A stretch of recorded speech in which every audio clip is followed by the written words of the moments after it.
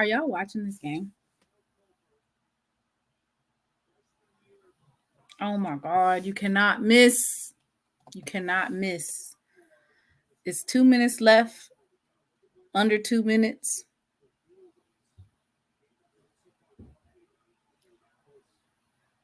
And Grambling is up, but he shouldn't have missed those. He missed a free throw. And Montana is good for threes. Oh, well, it's on True TV. I just happened to get Sling the other day.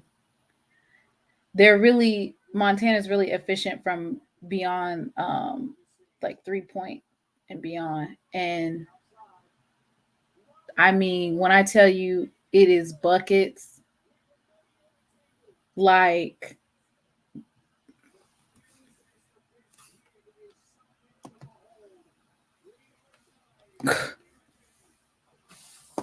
it's tied up right now.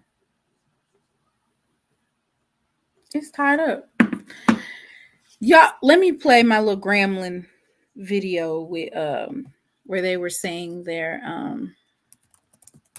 let's look it up. I think it's like their special song that they have. Grambling, because we are rooting for Grambling to win this game. I'm actually I'm kind of nervous though with the that 3-pointer that they do. It's absolutely ridiculous. From the 3-point, it's like money.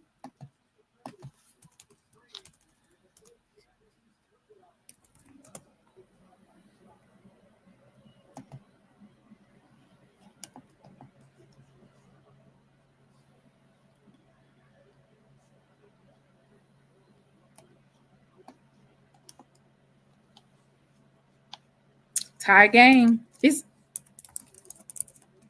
if it came down to a 3-point, who you gonna trust?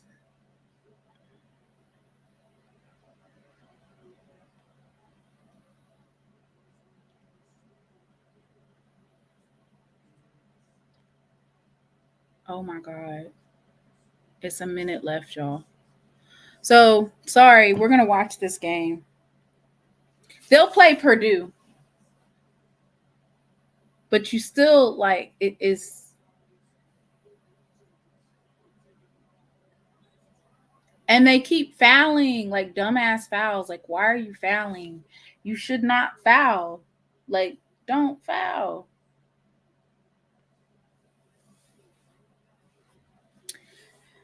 So they'll play Purdue. It's a playing game. It's a playing game, but it's intense. Um, I'm not miss. Oh damn, he got that one.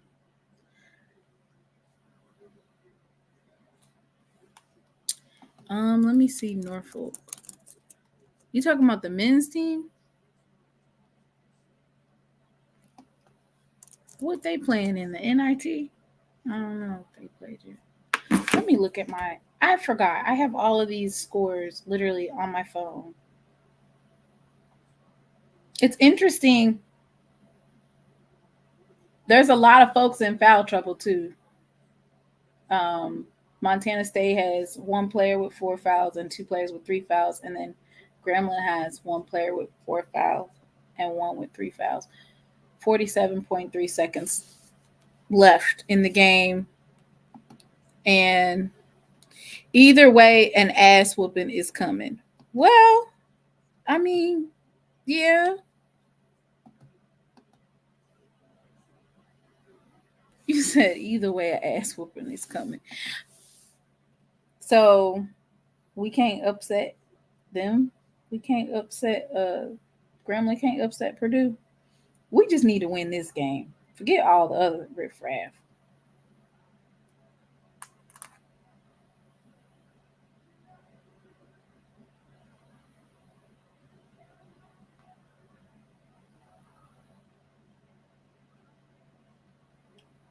Norfolk must have been over.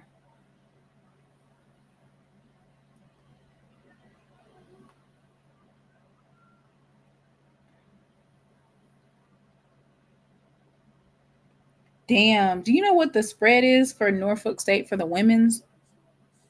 35.5 versus Stanford.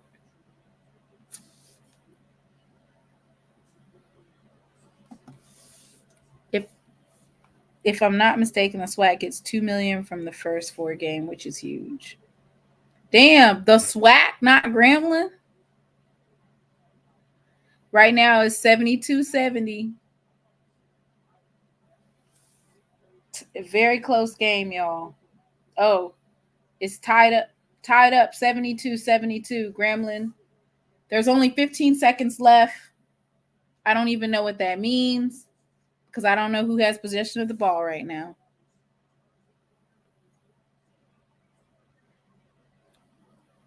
It's Norfolk's men coach is a candidate for the University of Illinois job, I believe. And we're going to go through all that. I just wanted to start this out. I mean, I don't see anything happening to my screen right now. The True TV streaming is a little bit behind, but I'm looking at my phone and it literally says 72-72 with 15 seconds left. The line was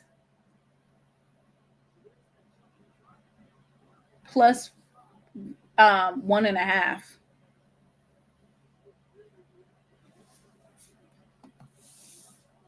Did we win? Did we win? Did Grambling win? Let me get my Grambling. Dear Grambling. Where is it at?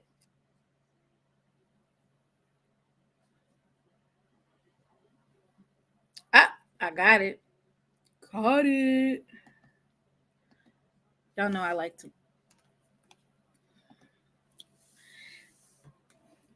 No timeout. All right, it's a timeout. 15.2 seconds. Don't foul. Do not foul. Do not foul. Do not foul. Mr. Ford. Mr. Ford, you in here early, boy. Mr. Ford in here early. Who got the ball? Who got the ball? Who got the ball? It's slow over here on True TV. Look at these white folks over here praying like, dear God, we can't lose to Grambling.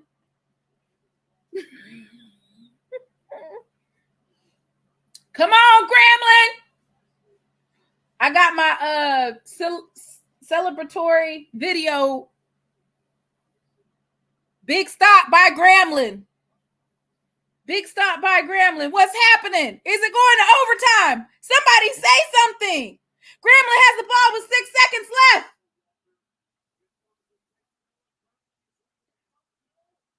Go!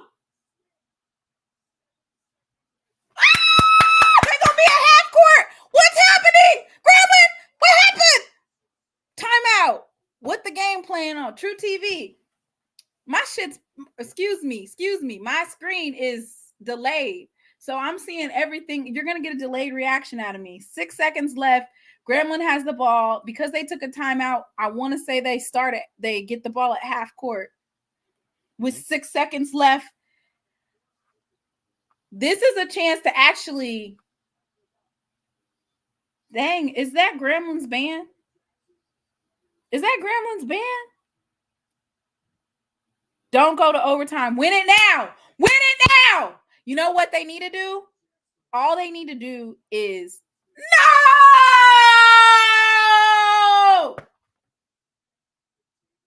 What? Why we don't get it at half court? No. I ain't watching it no more. I ain't watching it after that. If I can't watch it because Grambling had to win. I'm not saying that they had to win, but this was one of those situations where you want them to foul you and you just win by 1. Like you just, this is dumb. 6 seconds left. That would have been enough time to get fouled. See, my stuff is 5, 4, 3, 2. Oh! You could have.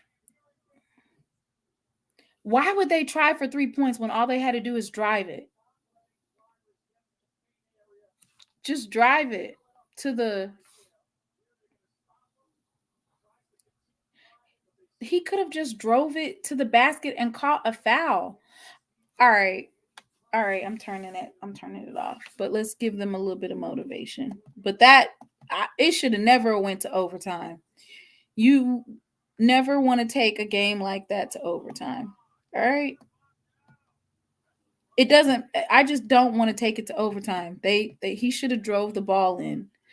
This is what we call championship run, right? So you have to make championship decisions. I don't know what type of play the coach drew up, but I would have told my player, run it all the way and make sure you don't get a charge.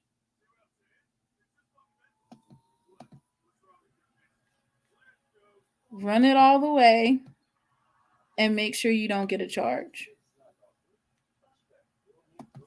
That's all.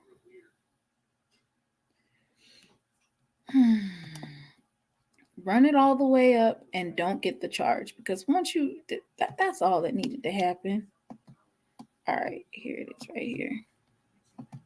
Because we're still rooting. Dear Grambling, we love you, dear. Oh, Grambling, we're loyal to thee. Our little school will fight for thee forevermore. And when the game is 5-1, they'll hear the ring with victory song. Oh, Grambling, dear Grambling, we love you, dears. Oh, Grambling. That's what we do, Grambling. We're rooting for you, right? All right. Oh, I'm sorry. Did I drop the link? Because I don't see Mr. Ford on here. Mr. Ford. You know Mr. Ford, big talking with Grambling.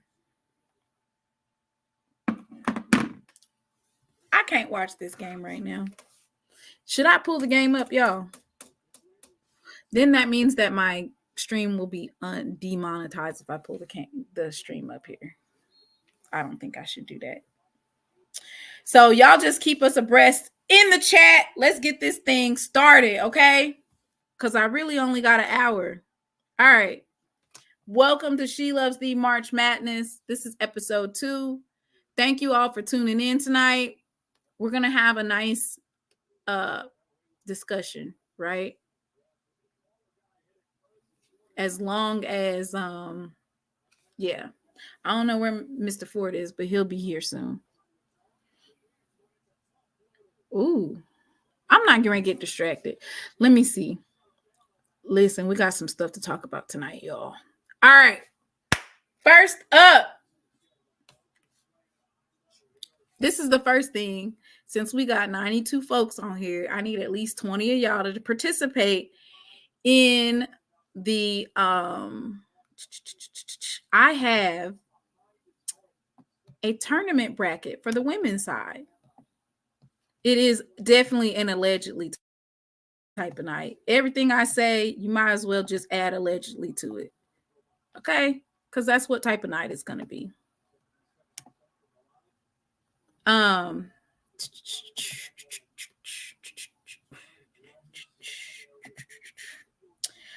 So I have a women's bracket for the NCAA tournament, and it's like a challenge. The winner of this bracket, guess how much they win?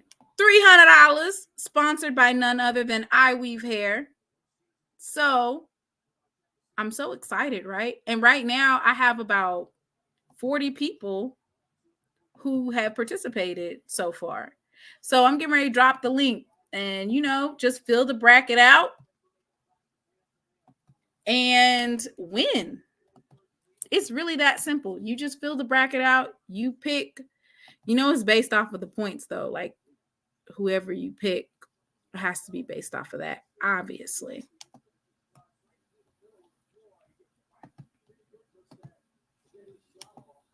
Let me see how many we got right now. Oh, we got 40 folks up in here. So I'm getting ready to drop that link, right? So that y'all can participate. Everybody participate. It's free. It don't cost you no money. It's fun. Ooh, Grambling. Dang, let me get my Bitly link because that's not going to work. Sorry, y'all. Let me get my Bitly link. That one's too long. Y'all, these Grambling men are actually winning right now. So, and I think Blue said that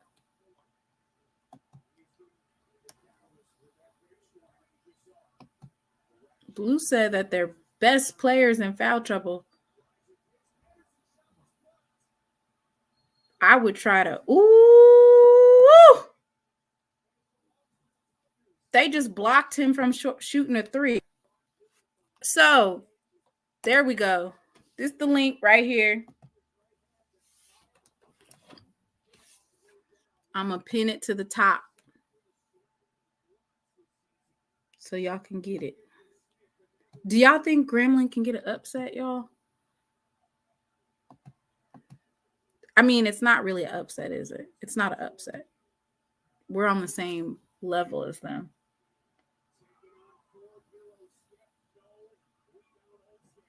Damn. They not down the... Oh, God.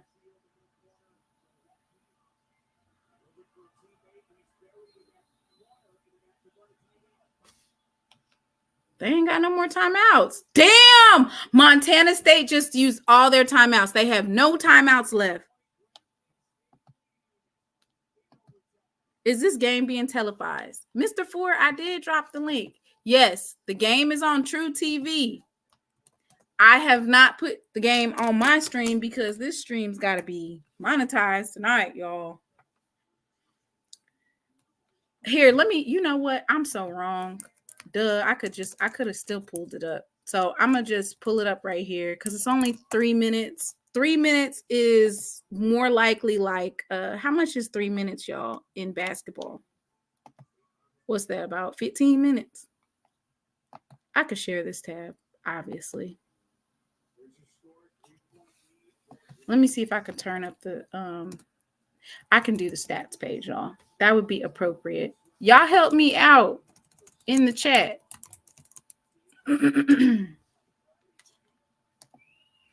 Grambling State has won 20-14, and then I'm talking about wins versus losses, and then Montana State is 17-17. Let me see if I can get the stats for you guys. At minimum, we could do that. They are in Dayton, Ohio right now, y'all.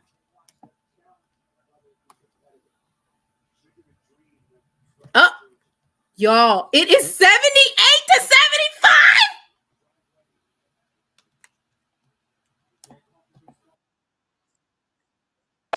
Oh, wait. I didn't mean to do that. I wonder, will they?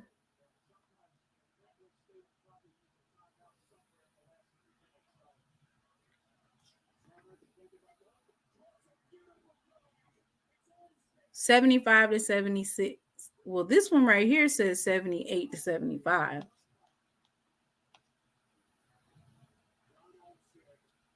So I'm going to just leave this on the screen for a little bit. Mr. Ford! Hey, can you hear me? Yes. Are you watching this game? No, I'm not. Oh, my gosh. I was listening to you. That's why I was 78-78, Mr. Ford. Yeah, I'm listening to you. Oh, I'm sorry. Well, I wanted you to let us know about the game. All right, it's tied, Mr. Ford. If it comes down to a 3-pointer, Grambling, like, they need to be up by like 4 or 5, to be honest. Right. Because Montana State is from 3-point and beyond. It's like Steph Curry's kids or something. Like, they're just, it's ridiculous. So Grambling's currently at the free throw line. I want to say that was number 15. Let me see if there any type of foul trouble. That's what we need to know.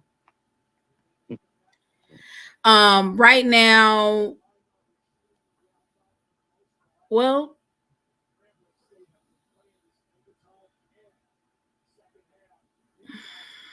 defensively, Grambling State made 26 defensive rebounds versus their 22 offensive rebounds.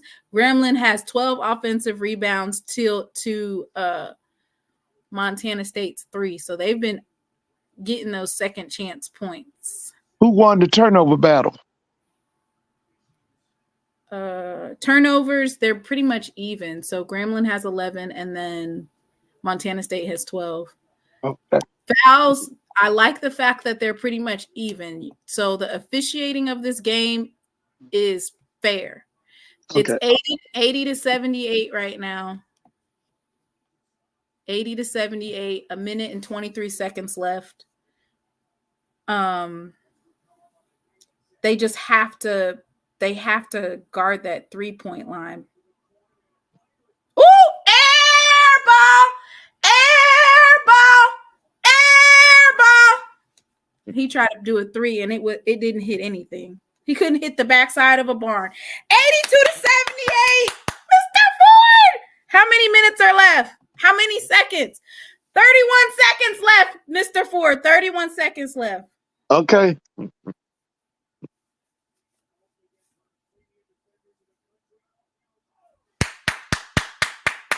And he dunked it too, Mr. Ford. They're going to try to do another 3-point from the 3-point line. They're going to try it again. You have to defend that. Okay. Because they're down by 4, I think. Uh-oh, he's going for it. Uh-oh! He missed it. 83-78. I think it's over. Is it over, y'all? 84-78. It's over! Is it over? Is it over, y'all?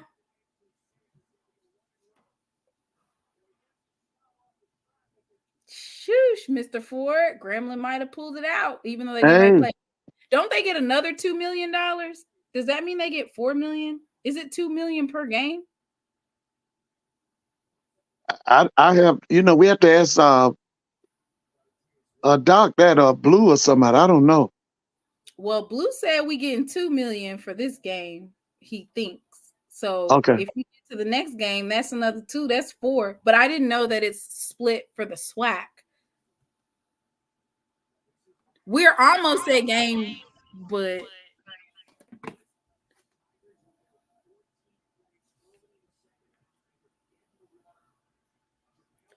he made both free throws.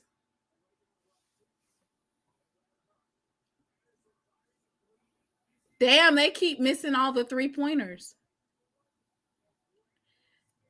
So it's 84 to 78, and Grambling has possession. $2 million per game, split into 6-year payments. Can you hear me? Mr. Ford, Grambling won. Grambling won? No, there's 22 seconds left. It's 85-78. They okay. got Okay. Can you hear me? Yep, we can hear you. Okay. All right. I'm just. It's 85-78. Grambling's at the free throw line. I mean, there's only 22 seconds left. They've missed, Montana State was buckets from the 3-point line, and Grambling's coach put pressure on them because I think that's the way that they was really scoring was the 3-pointers. So he was applying pressure and boxing them out. I like the way that they adjusted in the second half to take away that the 3-point from them. That's what Jackson State needs to be doing against Page Buckets. 86-81. 87-81. 14 seconds left. Okay. So that means that they was able to shoot a 3-pointer because that's all they do. 3 points. I don't even think that they must not even have an inside game. 88-81. They just keep fouling them. But if you foul them and they make their shots, you can't get ahead. Right. Grambling came with it. Usually I'm kind of hesitant to watch. I hate watching overtime, boy. I wish I would have took money line. I know that was a fool. It's done. Grambling State Tigers. Can somebody drop me one of their band songs in the chat so I could play it? 88-81. Final. What you think about that, Mr. Ford? Congrats, huh? Grambling. Congrats, Grambles. Yeah. What And so they won the play-in game. Now they play Purdue next, right? Yeah. Okay, where's that game? Huh? That would be Wednesday, I think. Ain't it? Well, today is Wednesday, isn't it? No, I'm saying like next Wednesday. I thought they would play maybe Thursday or Friday. What? Next Thursday or Friday? That makes sense. No, I'm saying this coming Friday would play Purdue, right? Why would they do it so early? Yeah. Oh, they only get 2 days worth of rest. Does anybody have a Grambling song? Okay, somebody said Friday in Indianapolis. Damn, now they gotta go to they have to go from Dayton, Ohio now to Indianapolis. Yeah. So they're probably getting ready to actually fly to Indianapolis when? Tonight or tomorrow? Tomorrow's Thursday. So they'll fly to Indianapolis tomorrow.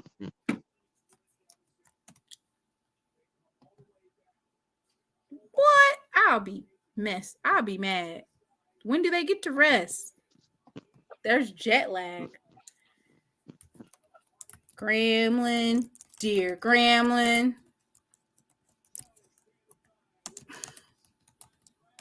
So, what do you think about them coming after your coach after that win? Okay, you mean Coach Jackson? Yeah. I heard something about Norfolk State's coach was being pursued by somebody. I don't know who's looking at Norfolk State's coach.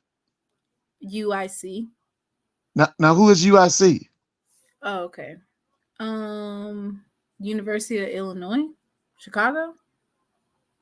Oh, okay, University of Illinois, Chicago. Yep. Okay. All right, I gotta play the little Dear Grambling. We are loyal to thee. You can sing, ain't you Gram fam right over here? Yeah, I'm a graduate. Do you know that song? Yes, I know that song, but I don't have a voice worth nothing.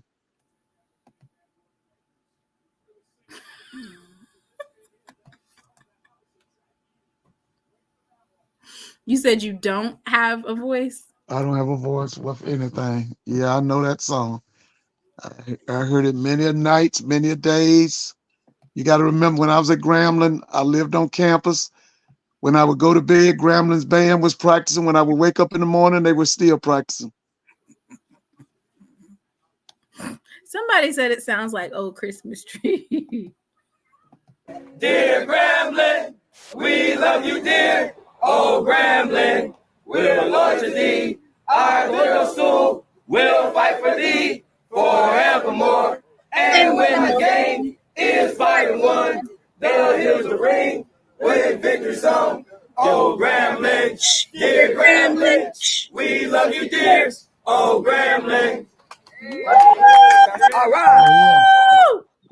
Now, if they would have lost, I would have played the sad one. Luckily, they didn't lose because I was going to play the one where. Hey, Mr. Mona, now Coach Jackson, was he at Stillman College? Where did he come from? Dante Jackson. You want to open up his coaching profile? What you? Yeah, what's his biography? Did he come from Stillman College? You know that sometimes scouts be peeking in to see what type of stuff I be talking about on here. See if I'm talking noise. You know what they'll do? They might grab up your coach. Yeah, Darius Hawkins said Stillman. That's what I thought. He's from Stillman College. That's in Tuscaloosa, Alabama. His 7th season at the helm at Grambling State University. Uh-huh. In his first season, oh, okay. So he's been winning the SWAC regular season championships. He's just never won the tournament. Right. Oh, okay. And by the way, Mr. Boney, didn't you tell me that Grambling never won the SWAC championship? I didn't tell you that.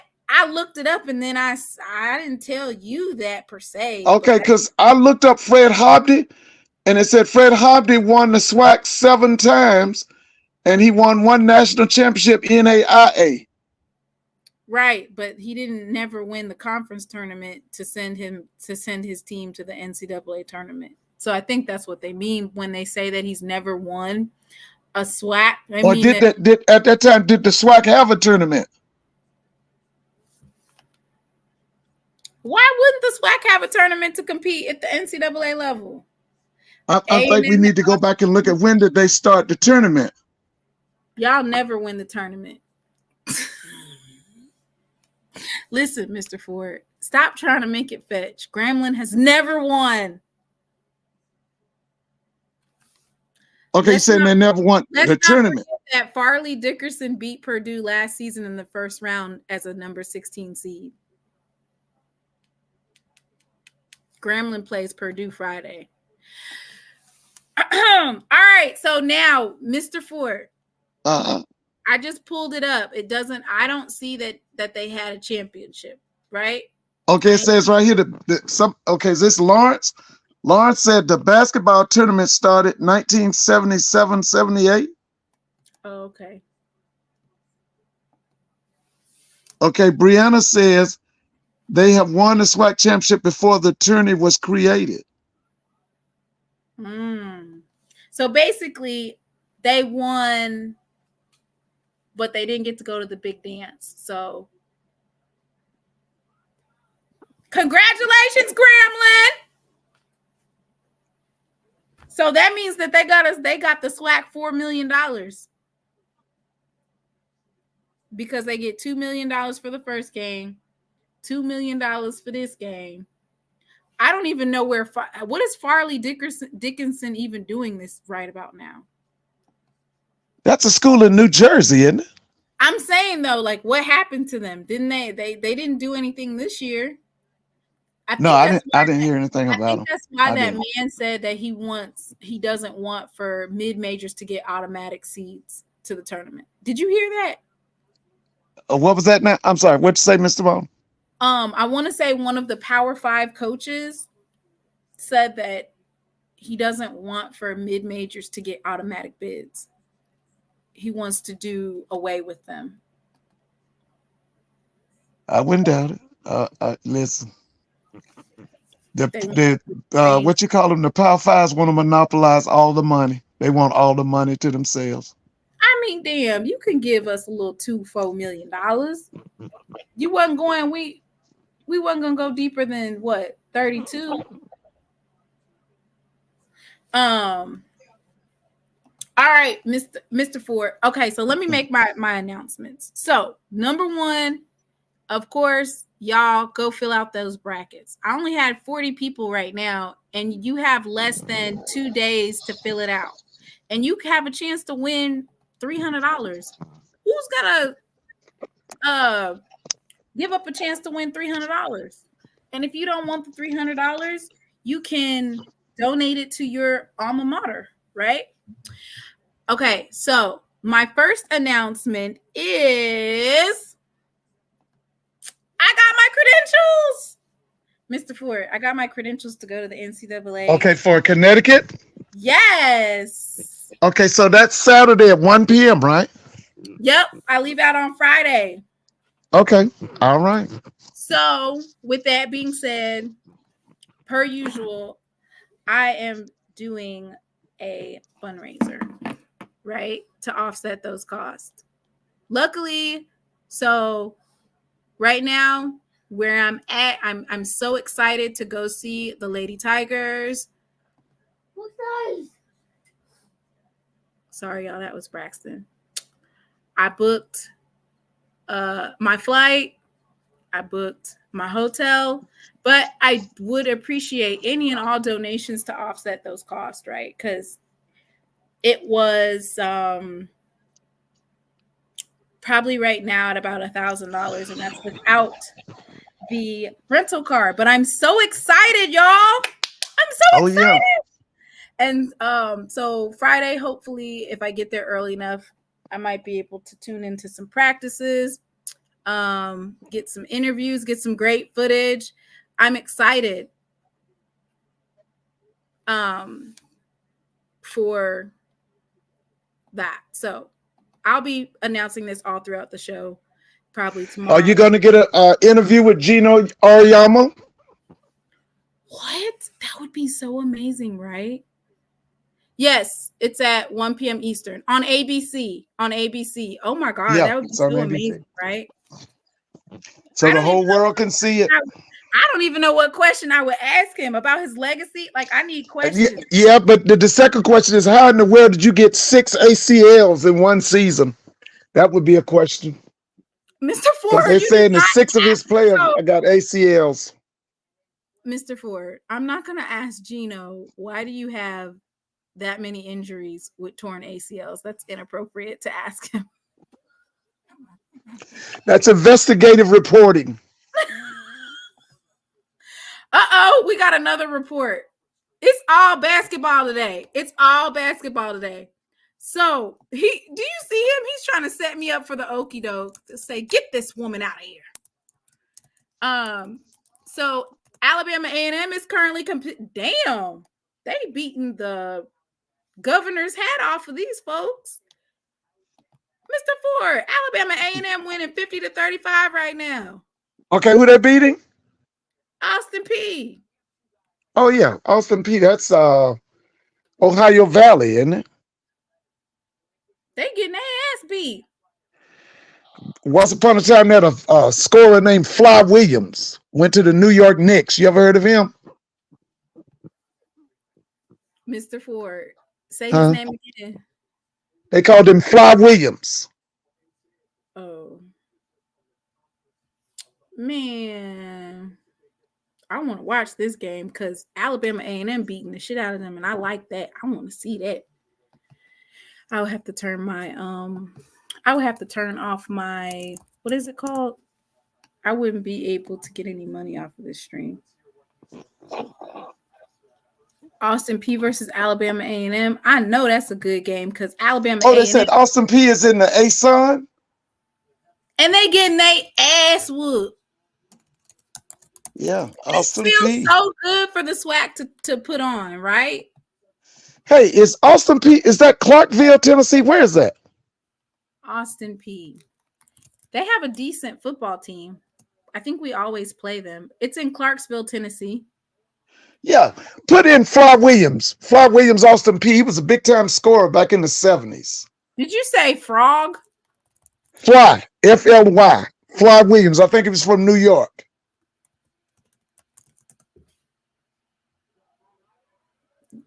Okay, I see him.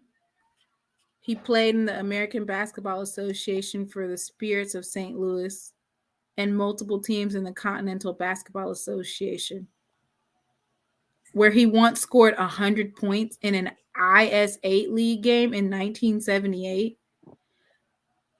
What? How did he score that much? Yeah.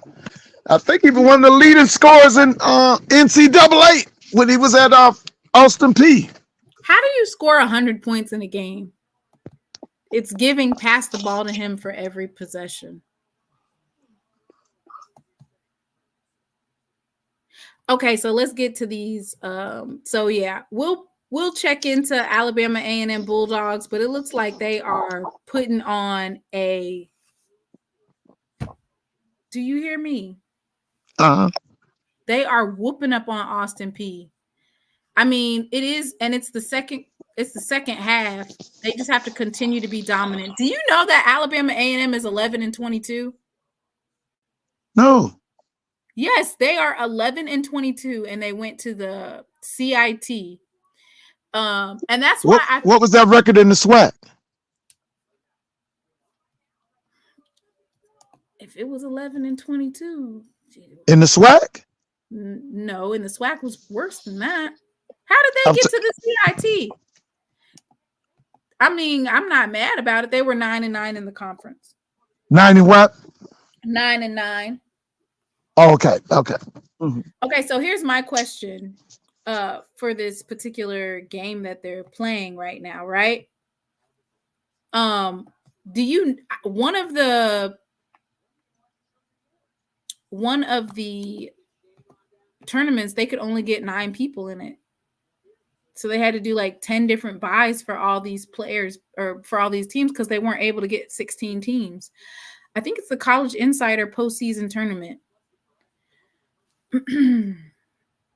That's why I feel like we should have our own tournament because all these random ass tournaments just been popping up all over.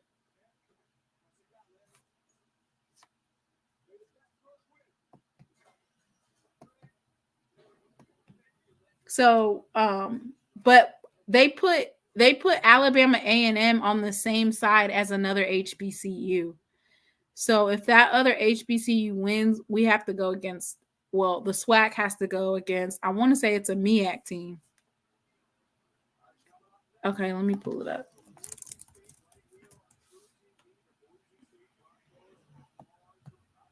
It has like,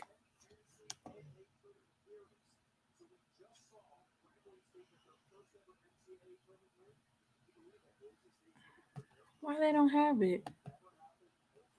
They didn't do a bracket, but I seen the bracket on Twitter, and it had like a lot of buys on it.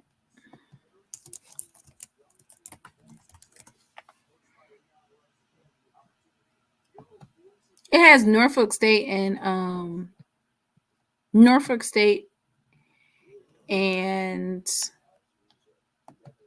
Alabama A&M on the same side. Oh, here it is right here.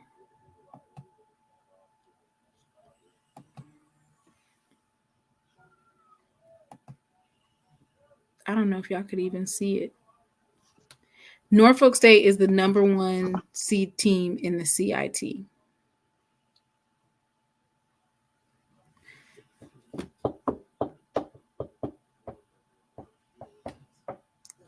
You see it, Mr. Ford? Okay. Hold on one second. Let's see. They only had 9 teams instead of 16. So okay. Norfolk State got a bye all the way through because nobody wanted to play them. Is that why?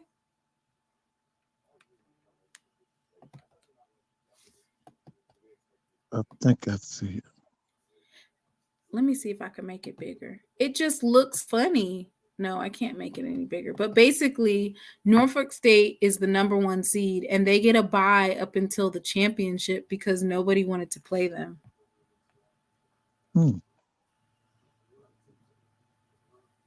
So it looks like when they say that we'll get 300 or we'll get $2 million for the next, or we'll get even payments of $370,000 for the next 6 years. Is that split between all 12 of us, or how does that work?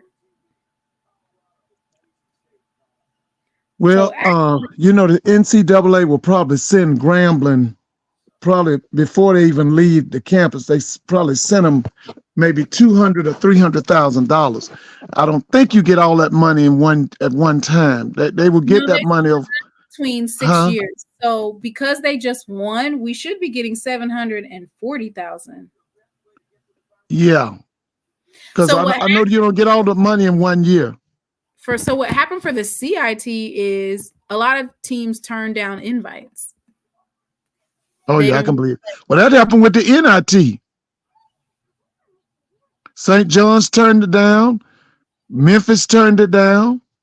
I think Oklahoma turned them down. Well, that's because they feel like they got slighted and they should have been. They feel like they should have been. Yeah, yeah, that's right. So, it says boom is coming in full effect to UConn. Catch us Saturday, giving the smoke. Ooh. I'm excited. So, Mr. Ford, let's talk about these let's talk about these alleged coaching changes, okay? Okay, I did hear that Florida A&M released their coach, right? Isn't that what you wanted to hear? Well, I want to hear Mike Davis is hired down there too. I'm getting ready to pull up. Somebody sent me Mike Davis, and it is not good. Okay, so FAMU will not renew head coach McCollum after an abysmal 67 to 133 over 7 seasons. 67 wins, 133 losses. That's bad, ain't it? Yeah, that lets you know they don't care about basketball. That should have ended at least 2 years ago. Where's Mr. Campbell? What excuse Mr. Campbell got? What that record again? Read that record. 67 wins, 133 losses. Okay, Mr. Campbell, what excuse you got now? Mr. Campbell's not here. I was just checking to see. I'd like to hear the excuse for that. Why would you keep somebody that's what'd you say, 66 and one? What'd you say? 67 and then 133. They won. Right, that's what I'm saying. They won 4 games last year. What's the excuse other than you don't care about men's basketball? Guess what? Tiffany AD Sykes said. What'd she say? She's gonna get a national. She's gonna get a search committee and do a national search. Oh, okay. Good luck with that. We still got money owed. A refund is due for the other search. Folks, listen, with AD Sykes, she can't do nothing right anyway. Somebody gonna complain about something. How you gonna fix it? You done messed me up the time I done called the police because I'm doing a refund. A refund is due unto me. Don't feel like I just been abused out here today. God ain't pleased like this.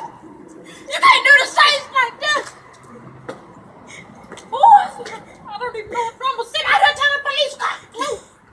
I'm gonna sit out here till the police come. I'm doing a refund. Because I'm doing. They still waiting to get a refund from the football coaching search, and she finna do another search. But anyway, I don't know. I feel like you should. You know they got LeBron, right? They need to hire somebody that LeBron knows, that LeBron likes, or that LeBron has ties to. That way he can become more invested in FAMU, right? It's already a LeBron school. Allegedly. So let's talk about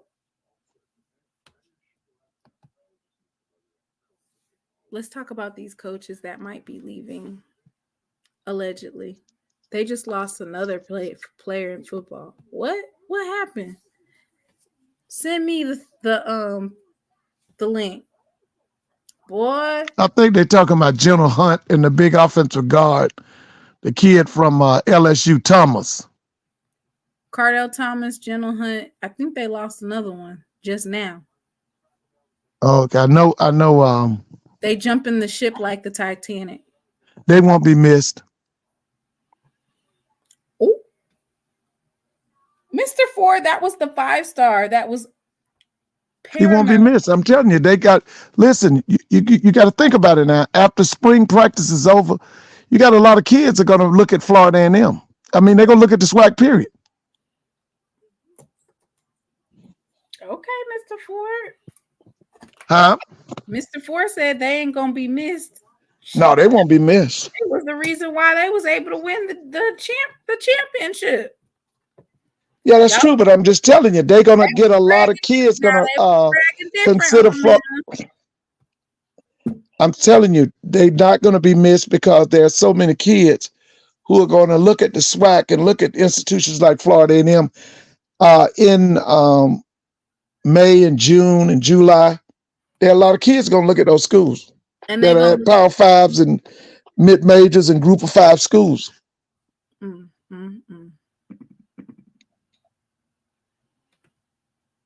Listen, they lost a defensive end. I think this time last year he went to Jacksonville. He wasn't missed. No, What's he that did. boy's that land? What that land kid name? Remember the defensive end? He left and went to the NFL. He wasn't missed. Oh, you know who's gonna be missed? Who? Coach Simmons. We'll see. Yeah. I mean, we'll see though. Dang. For a minute there, I thought you was a rattler. All You thought right, I was y'all. Do you know who's in the chat? The Sonic Boom of the South. Mr. Ford.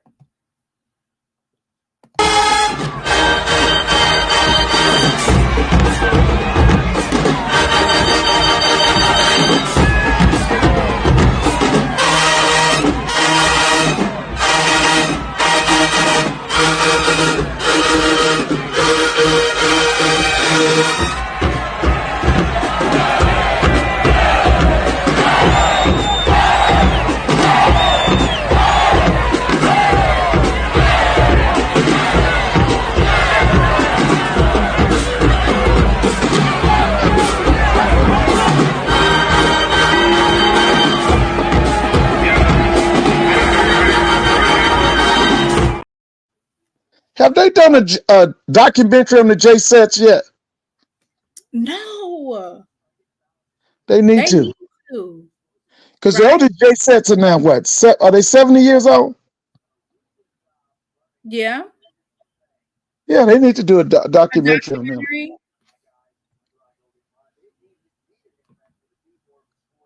Because the J sets were established what year? The J sets 70 years ago was what? 1940. Was it in the 60s?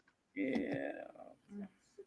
Or was it in the 70s? The Prancing J sets is the official name. Okay, what year was that started? 1971. Oh, 1971. Okay. That's the Walter Payton years, right? Yeah. Yeah, that's the Walter Payton year. The Thrill of a Million Eyes. Yeah. Okay, so here's Mr. Campbell. You can talk your noise to him now. He in here now. Yeah, I was saying, Mr. Campbell, what's the excuse for keeping that man and he lost all them games?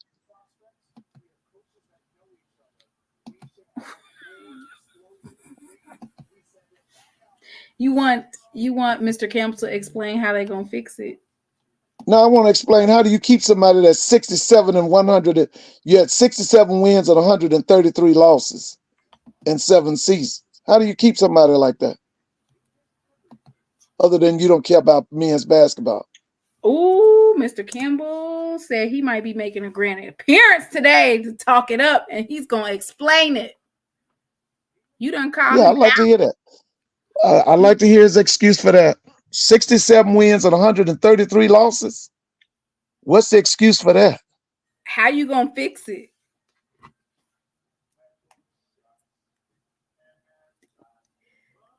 I mean, what do you think about that? What do you think about that? I mean, to me, after about the 3rd year, you should know whether or not you should keep him or let him go. Don't you think so? Well, you know after what? 3 years? I think it might have been COVID, right? You can basically say, well, a COVID year, you got to give it up for the COVID, and then you got to give them a year after. My question is, did he ever have a winning season? All right, let's go through it. So let's select. So for this year, he was 6-23. Damn. And guess which one? Thank you, Miss Gina, for the donation for my travel. Thank everyone. I do want to ask, if at all possible, that, oh my goodness.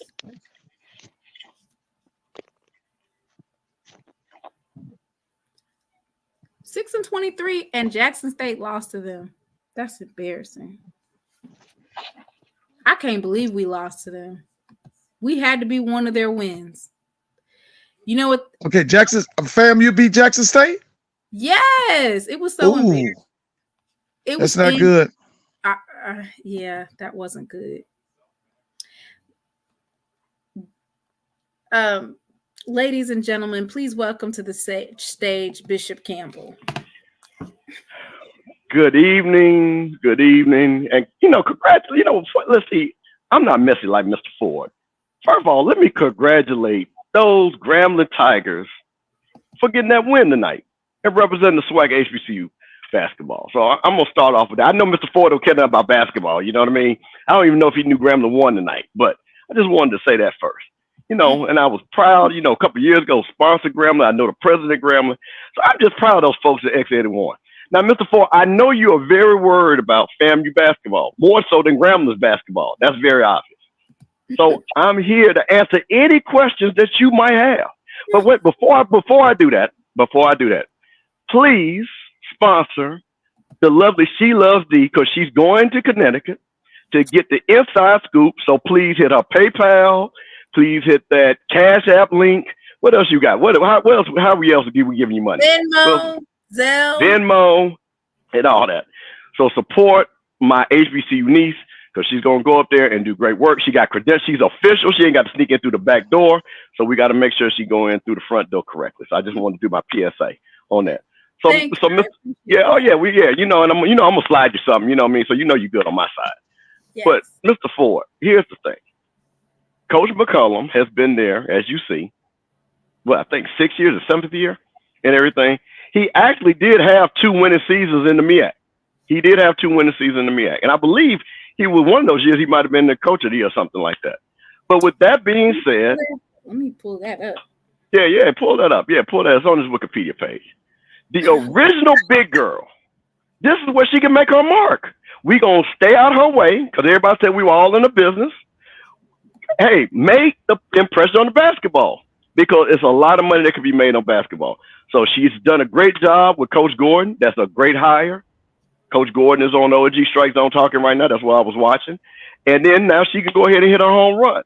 And then she can talk all her trash to the FAMU alums, since she said that we met our match. So show us in basketball. So that's what I'm saying. It's a new day down there in Tallahassee, Florida. We care about basketball, Mr. Ford. We actually care.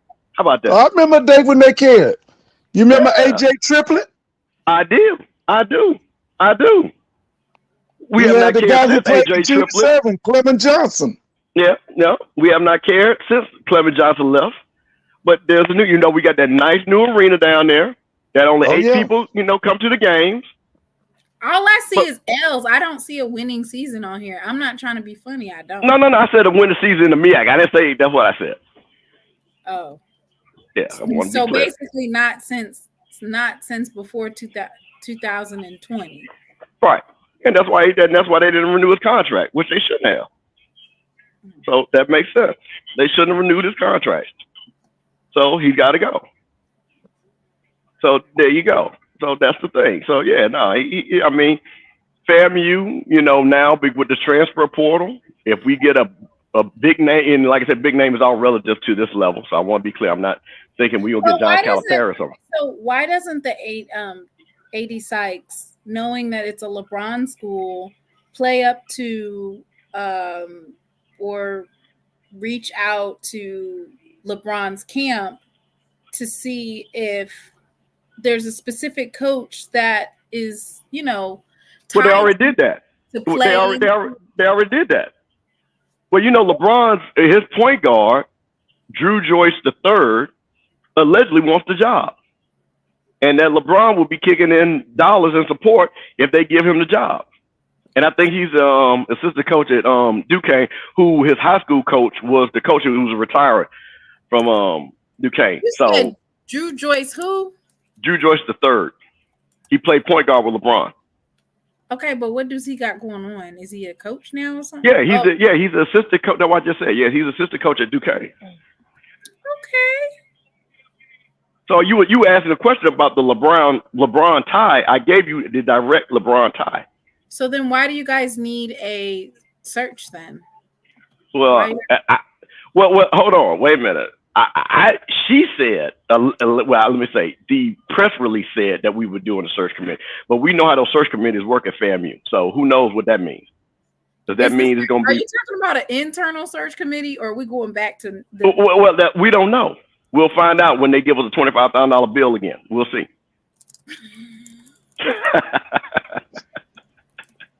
We'll see. Hopefully, it's not another $25,000 bill for people to Google coaches that we already knew was going to be the coach. So hopefully this time she won't spend $25,000 of our money. That's all it was. That's all it cost. I thought it cost $70,000. No. It was $25,000.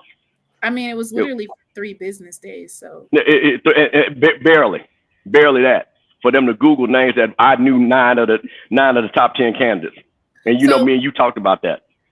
Yeah. So okay. So what do you think about that, Mr. Ford? Okay, is that about the candidates Drew, for the basketball program? What do you think about Drew Joyce III? Now, I don't know about him, but I do know about the guy that was the coach at Duquesne.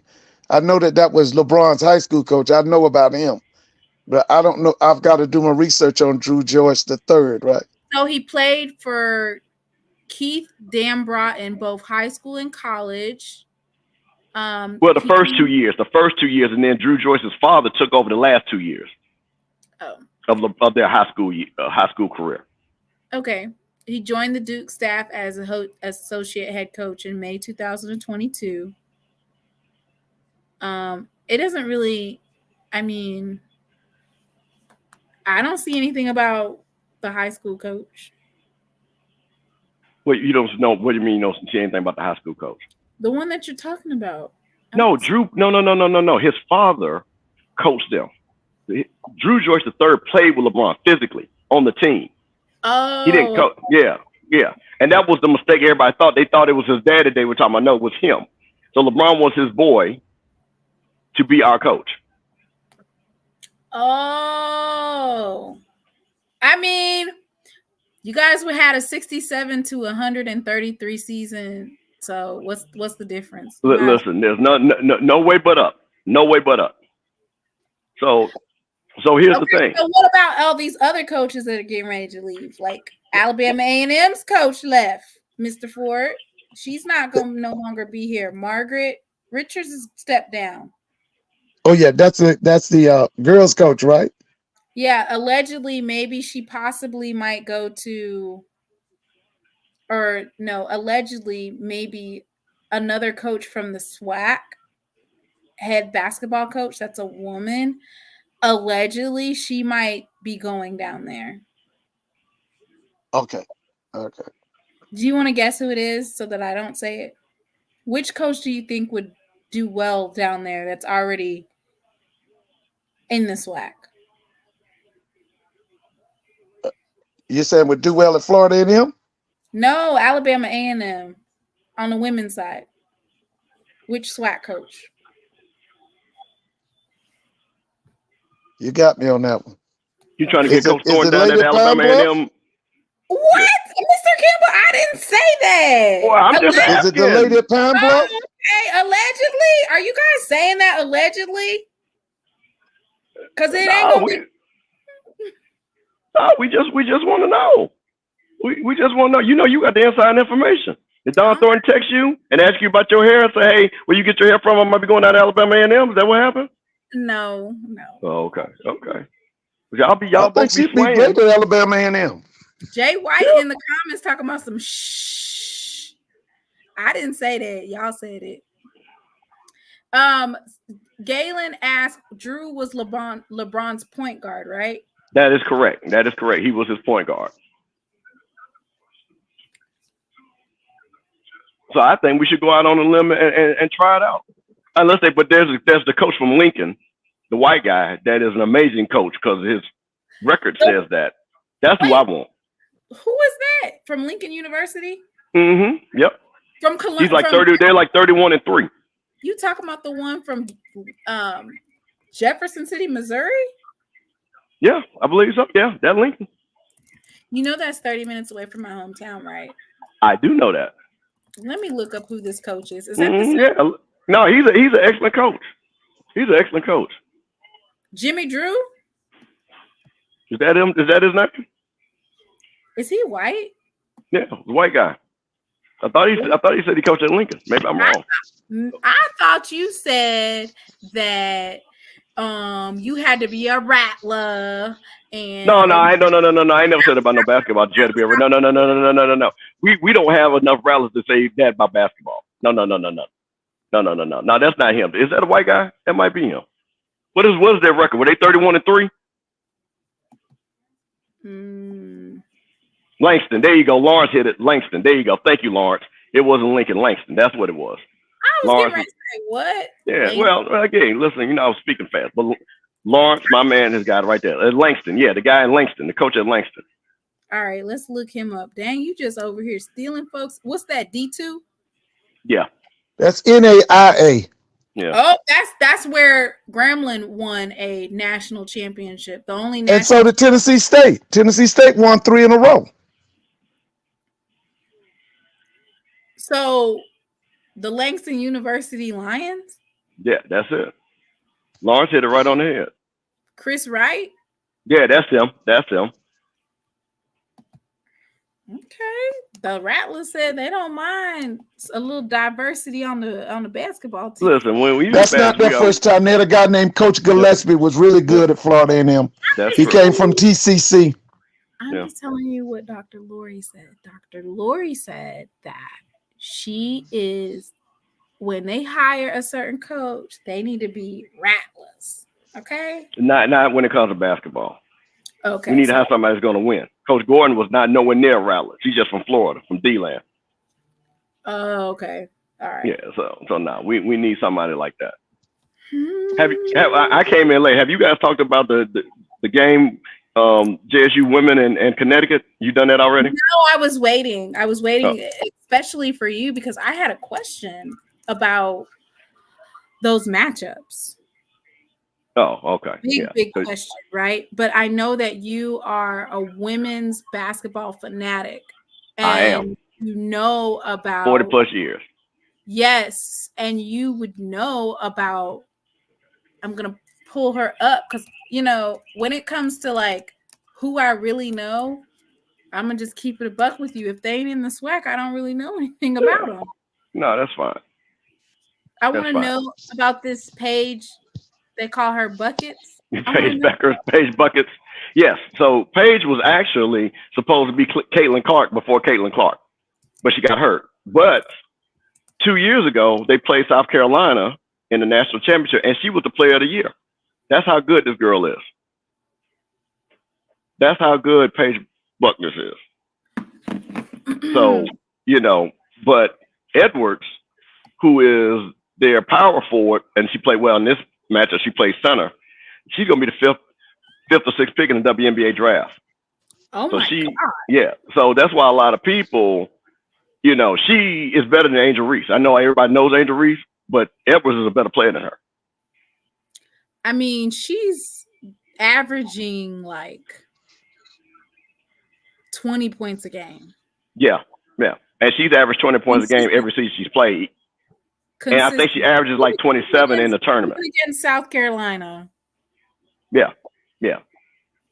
So if I'm Jackson State, I put some size on her and let them, and like I said, crash the boards and make anybody else beat them. So like I say, put Maya Crump. I mean, Maya Crump and her are the same height. Maya Crump 6'2". So it's kind of like that would even it out, right?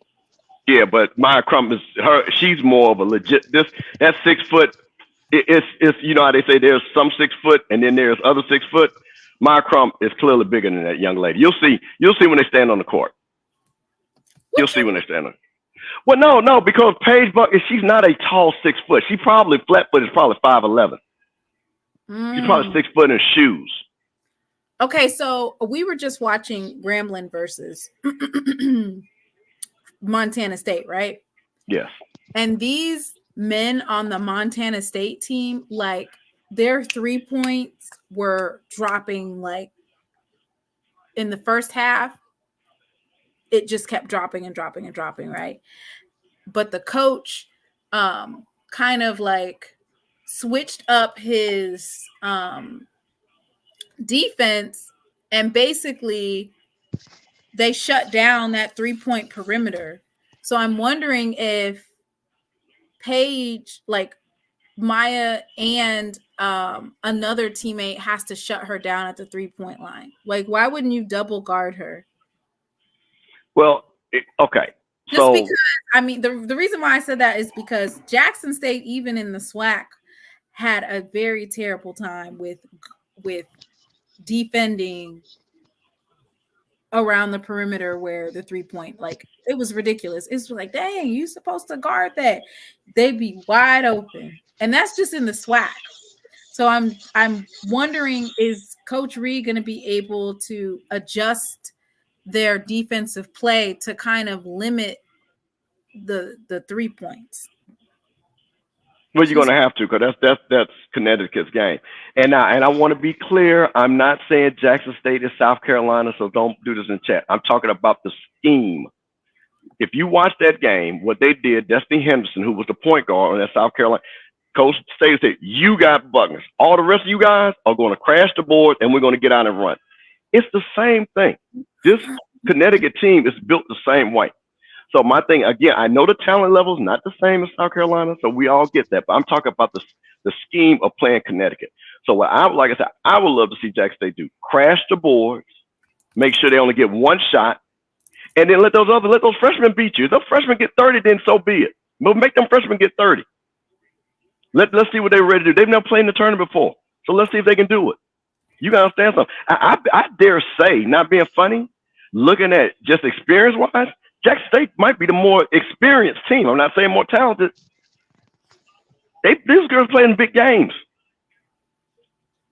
I mean, so, I was watching Maya Crump from when they were playing LSU. Oh my gosh, it was so effortless. Even Kashana Luckett, like, they were all very composed, even in a place in LSU where there was, you know, a crowd of 10,000, 15,000 plus, and majority of them are LSU. They were so composed.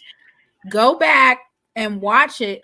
And so you're right, they do have that experience. But for me, the only thing that I'm concerned about, once again, is, like I said, that 3-point shooting and then the officiating of the game. If we get some decent calls, then we need to take advantage of them. If they're not on our side, we could get into foul trouble because Angel likes to block, right? They might call that a foul. Maya, but you guys got the deeper team. You're right. You guys got, so that's the thing. See, this is it. Listen, like I say, I'm not going to sit up here and act like this is UConn. Okay, let's be honest. This is UConn. What I think is that, first of all, Jackson State is not going to embarrass themselves. So let's start there. Right. So that's the first thing. So if you don't embarrass yourself, that means you might be in the game. So how do you be in the game? You make that game really ugly. You rebound the ball. You score when you can, and you make the freshmen beat you. Make those freshmen beat you. Because the thing about it is, who is more likely to be able to hit a big shot? The girls from Jackson State that have been through the wars, all of them been together, or freshmen? Now, I'm saying they play, again, as UConn. All these girls are McDonald's All-Americans, but it's still the tournament. And we saw, again, as you said, we saw people's behinds get tight down at LSU. Mm-hmm. We saw that. And Jackson State should have won that game, point blank, period. Absolutely. Absolutely. And those girls at LSU got tight. Kim Mulkey was losing her mind. So that's what I'm saying. So when you got a lot of freshmen in the tournament, and I know it's UConn, and like I say, and I get it, they don't lose up there. But like I say, Jackson State, not first, but they're not losing by 30. I don't care what nobody said. They're not losing by 30. I'm taking that. I'm putting the money on bet on that. They're not losing by 30. No way. No way. No, I'm not. I'm not. They don't have a lot of their players. Like DeBerry's out. The forward, she's out. That's what. Well, yeah, but they, like I say, Edwards and Paige Buckner, those are the key. Those that's all they need. Those they could ride those girls all the way to the Final Four. I thought Edwards was questionable. No, Edwards is playing. Okay. Yeah, Edwards is definitely playing, 100%. So to your point, don't foul, don't reach. keep your hands up and rebound. And I mean, everybody on the defensive side, everybody goes to the basket to rebound. Keep them at one shot. Because see, then it becomes down to possessions. Get down to the last 5 minutes and see what happens. That's my thing. So again, I don't think people. Jackson, they're gonna lose by 30. No, that's not. I don't believe that. I would be shocked.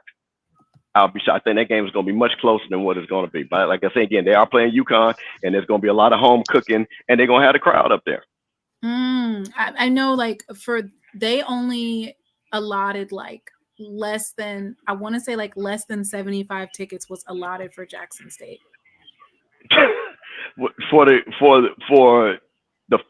for the fans, how they send tickets to the other team. They sent less than 75 tickets. Oh, so they really stacking the deck on y'all. I want to say it might have been 50 tickets. So, I mean, yeah, less than 75 tickets for us. And but I mean, we do have our band coming, and that band of 30 can blow like 90, 100. Well, this is the thing you and I discussed. Remember, in the tournament, the other, I guess the four teams, other 3 teams, I guess how they're doing the pods. You got to remember, everybody else is going to be rooting for the underdog. So everybody else's fan base is going to be rooting for Jackson State. And you see this in the tournament all the time. If the underdog is around, that crowd switches real quick. And that's when you see the pressure. You can see it, like I say, as Purdue, as University of Virginia, those big name teams, as Kentucky a couple of years ago. Well, last year, actually. Mm-hmm. And when that crowd gets into it, and those underdogs and those shots start dropping, things get funny. Now, the girls' game is a little bit different because of the spread of the talent. But I'm just saying that you guys will not, it won't be only 75 people working for Jackson State. Trust me. I'm amazed that they feel like they're going to beat us by that much with only 7 players. Well, that's kind of playing our favor. Well, you got to understand something. That's kind of like, that's money, and you got to say how the spread works. They got to balance the money out. So they got to get money to be bet on Jackson State. So that's why they make the spread. The spread is not about really the favor. The spread is make sure that you get money on both sides. But that's... And Christopher Duke, let me ask you, Christopher Duke said with a coalition root for Jackson State. Absolutely, we should. We should. That's like I say again, if I told somebody else this, do you guys really, if Jackson State beat Connecticut, that would be the second biggest win ever against Connecticut, and it'd be another team from the state of Mississippi, because Mississippi State ended with their 100-game win streak. That would be incredible. So yeah, absolutely. Anybody that doesn't in the tournament, and again, we do all this trash talking and stuff like that, but yeah, we should want Jackson State women to win, whoever they play. I don't care where you're from. So, like I said, people that say, "Oh, I can't root for Jackson State," again, that's ridiculous. I can't root for Grambling. And during the tournament, yeah, when it's the NCAA, we should root for our squad. Because I tell you what, them jokers root for theirs. Well, it looks like right now Alabama A&M is closing it out with Austin Peay 77-66. And see, another thing, too, when you see these teams win, this is good for recruiting because we want our teams to win because you know what raises our profile? By getting better players. When we get better players, then we get out of conference wins.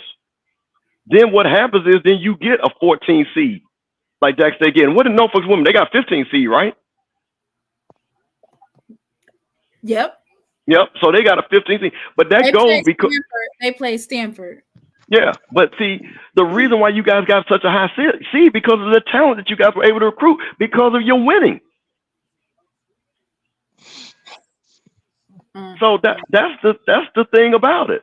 So yeah, like I said, I definitely want Jackson State to go and on national TV.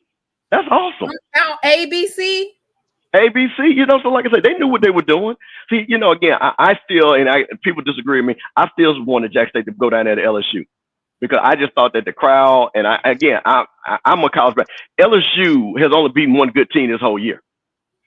because they've lost to Colorado, they lost to Auburn, they lost to South Carolina State. So they're not no super juggernaut team, and they can't shoot from the outside at all. So that's why I was like, with the people that could get down there. But hey, on ABC, that's great for Jackson State. Playing Connecticut, basically the number one brand in women's college basketball. So what do you think that's going to do for the recruiting? So like I said, I'm jealous. Yeah, so I'm jealous. Like I said, so plus I'm from Jackson. There's no way I'm not going to want Jackson State to win. So no, absolutely. They lost to LSU lost to Mississippi State. Yeah, they lost to Mississippi State. They lost to Auburn, and them Mississippi State ran them out the gym basically. And they should have lost. They should have lost to Ole Miss in the tournament. So if we would have went down there to good old Baton Rouge, we might have turned LSU upside down. Listen, I'm trying to tell you, people. That's what I'm saying. When people were doing all this, listen, they did not want that. That Kim Mulkey did not want that. She did not want that. She had y'all shipped right up there to Connecticut because she knew all y'all were going to be down there. Because, like I say, that team is not a good shooting team. Like I say, go look at their record. Everybody think, oh, LSU is all this. They are a good team, but they're not a great. That's why South Carolina doesn't even have the Stars beat them because South Carolina's a better shooting team. They lost 5 WNBA players and still beat LSU. Think about that because they outshot them. So if you can outshoot LSU, you beat LSU. And don't let Breland get on the floor. Listen. The whole city of Wiggins gonna lose their mind. And the 5,000 breezers that live in the Jackson metro area and the chancellors and all those that are by marriage. Absolutely. So that's the thing.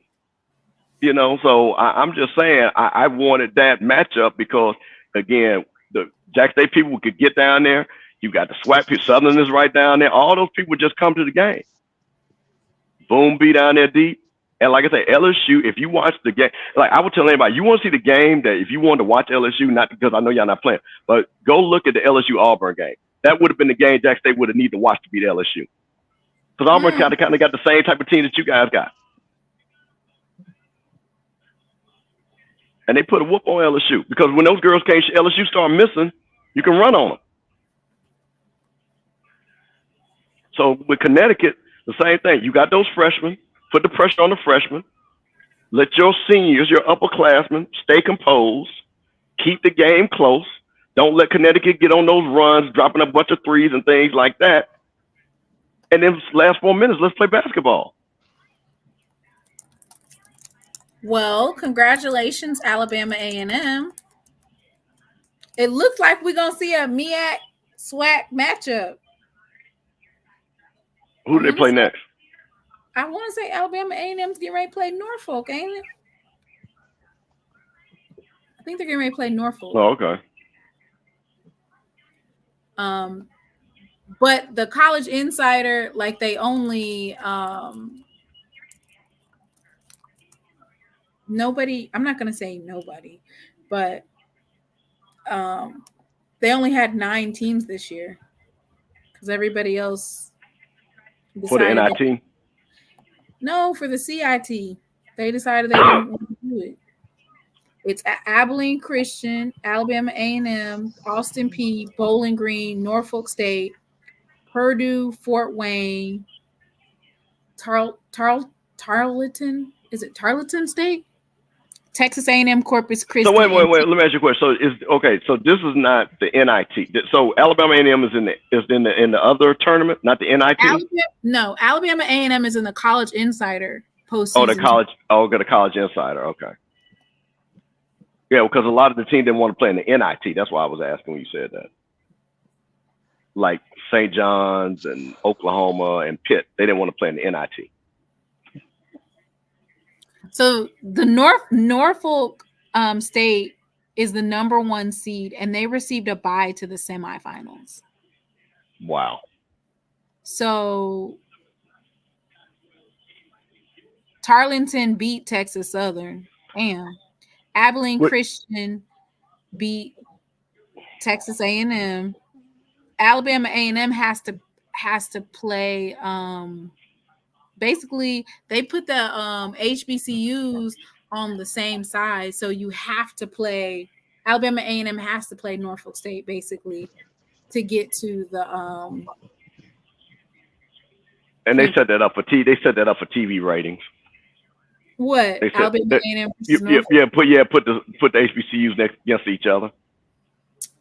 Set that up for TV ratings because they know we'll tune in once again, making money off of us. Because I bet you what, you look at the ratings on the other side of that game compared to what's going to be the HBCU, I bet you'll be double. Bethune-Cookman and Delaware State are playing in the CBI tournament, so it's a lot of I think the North Carolina A&T is playing on the women's side in the WNIT. So it's a lot of postseason basketball for HBCUs this year. Well, see, the good thing about when you get to play in these tournaments, again, for us, even I know we're trying to work the portal, this helps the coaches and their players get more playing time. Yeah. You get to see what your younger players can do, get more practice and playing time. Kids get to travel. So again, you can build off of that. So I like I said, again, I know the big name teams, they don't care about that, but I think for teams on our level, I think this is an awesome opportunity for them to get to play.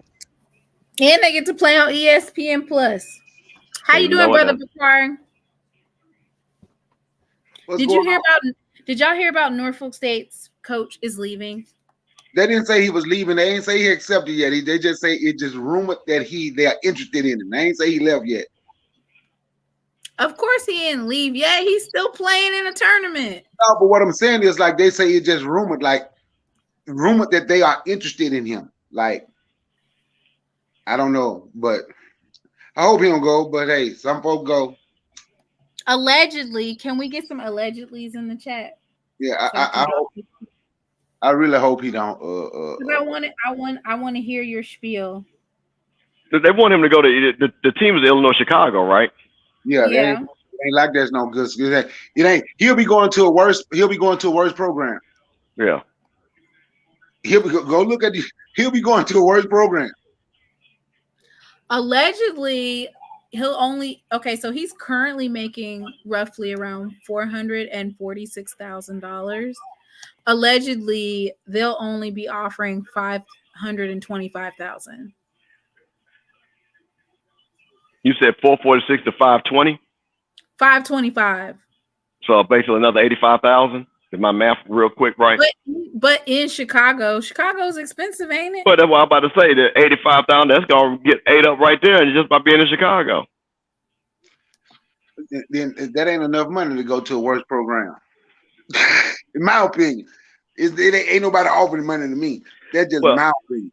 Well, I'm gonna tell you, I don't know how many of you all know about that Tidewater, Norfolk. That is a basketball hotbed.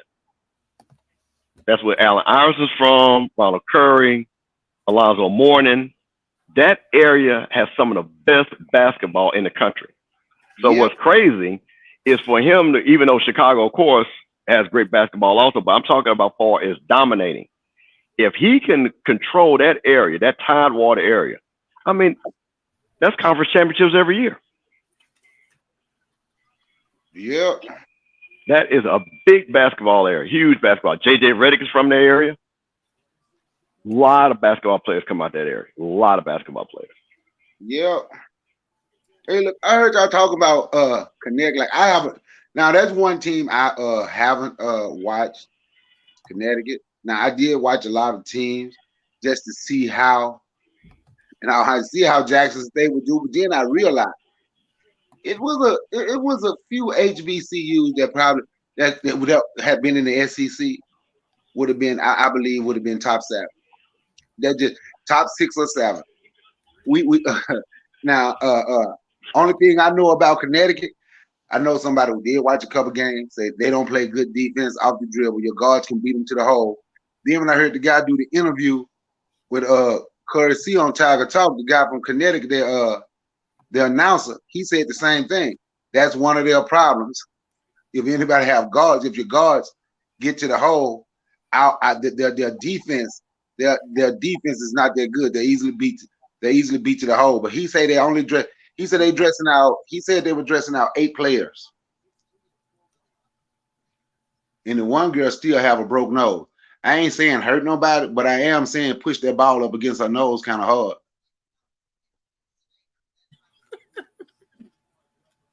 I'm just saying, you coming out there? What? You coming out there with a broke nose? She's probably on one of those mask-looking things. Okay, yeah, that mask ain't gonna stop. Push that ball up against that mask pretty hard. Watch how she react. No, don't do that. Okay, I'm just saying. So other people say don't do it. I'm just, I'm just saying you ain't got to do it. You can like do it accidentally on purpose. I'm gonna pull up Deja Wooder when she was playing in the WNIT versus Memphis, and she's it looked like she accidentally on purpose pushed the ball and hit the girl in the nose. How can it be accidentally on purpose? Because how did you even know right there? How did you know her face was right there? You want the referee to think. You want everybody else to think it's an accident. No, I just love the way she said it, accidentally on purpose. It did look like an accident. I was getting ready to go to war about it, and then when I saw the replay, I was like, "Damn, that was." And that's okay. You know, basketball is physical. Jackson State, we had an advantage. We had an advantage in size for sure. They got one player 6'3". Everybody else is like 5'10". It's like 5'10". And according, like I said, I never watched him play. My brother watched him play. He like if Jackson State guard pretty decent off the drill, but they should be able to get to the hole. But are they gonna call the foul when we get to the hole? Getting there anyway. We know in order for them to get 4 fouls, they got to actually commit about 12 or 13 of them to get 4. They be doing some hard fouls though. Way too hard for me. That's doing too much. I just, I want them to play aggressive. The way I seen them play aggressive, like Angel Reese versus that girl, Cardozo in South Carolina, they would never let a HBCU play like that and have that type of contact. I mean, them girls was bumping up against each other. It was a very physical game, and I just don't see them allowing Jackson State to play that type of game. Yeah. I heard Ken them say last night that they're already selling tickets for the next game. He said he don't find it disrespectful. It might not find it disrespectful, but that's what Gino already on it. Well, those tickets come in a package. They sell them in a 2-game package. That's why they can't. They're not selling 1 game. They're not selling. So you buy the tickets. It's 2 games like that anyway.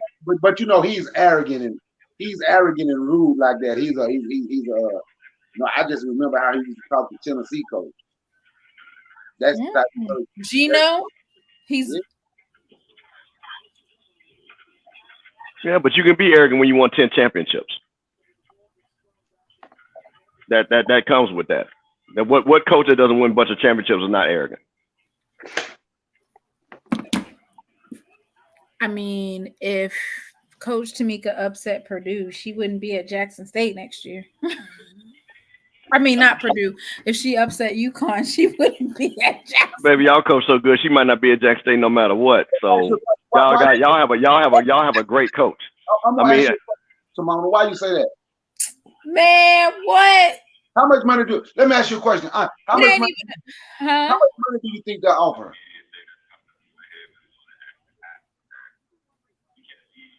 You talking about she got a group of 5, a Power 5 job?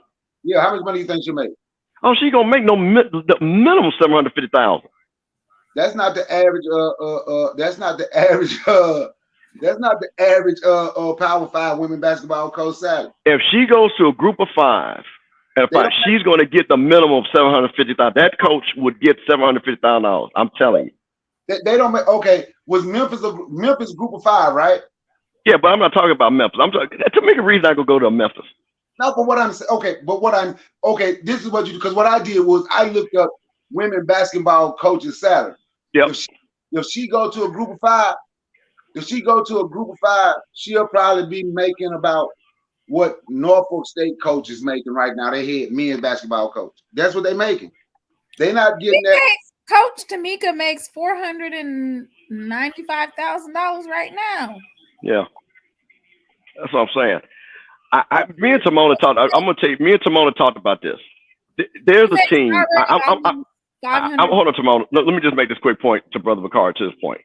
There's a school, because of what happens at the other school, that would pay her the money, and that is Clemson University. Their girls basketball team has not been good. South Carolina's getting all these accolades, and they got a bunch of money. So, like I say, they would give her that money just to get that program back up to go against South Carolina. So that's what you have to worry about. Schools like that their rival is playing well, and you see a great coach like Coach Reed, and so if we get her and bring her over here, she can do what Dawn Staley does in South Carolina. So you think they'll give her $1 million off the rip? I think Clemson could do it. No, I said, do you think they would do it? No, I think she'd get $750,000. I ain't gonna say she won't. She might. Yeah, no, I think she would, and she'd be crazy to take anything less than that. Ole Miss coach didn't get that off the rip. Yeah, but Ole Miss coach didn't have the pedigree that Coach Reed has. Ole Miss coach, when Ole Miss hired their coach, they hired a black coach, and Mississippi State hired a black coach at the same time. Mississippi State. They did. And Coach Reed, for what she's done. Now I'm talking about the resume. I got you. Coach Reed has a better resume than both those, and I know both of those coaches, and she had a better resume. And that's okay. I got you. I'm not even arguing that point.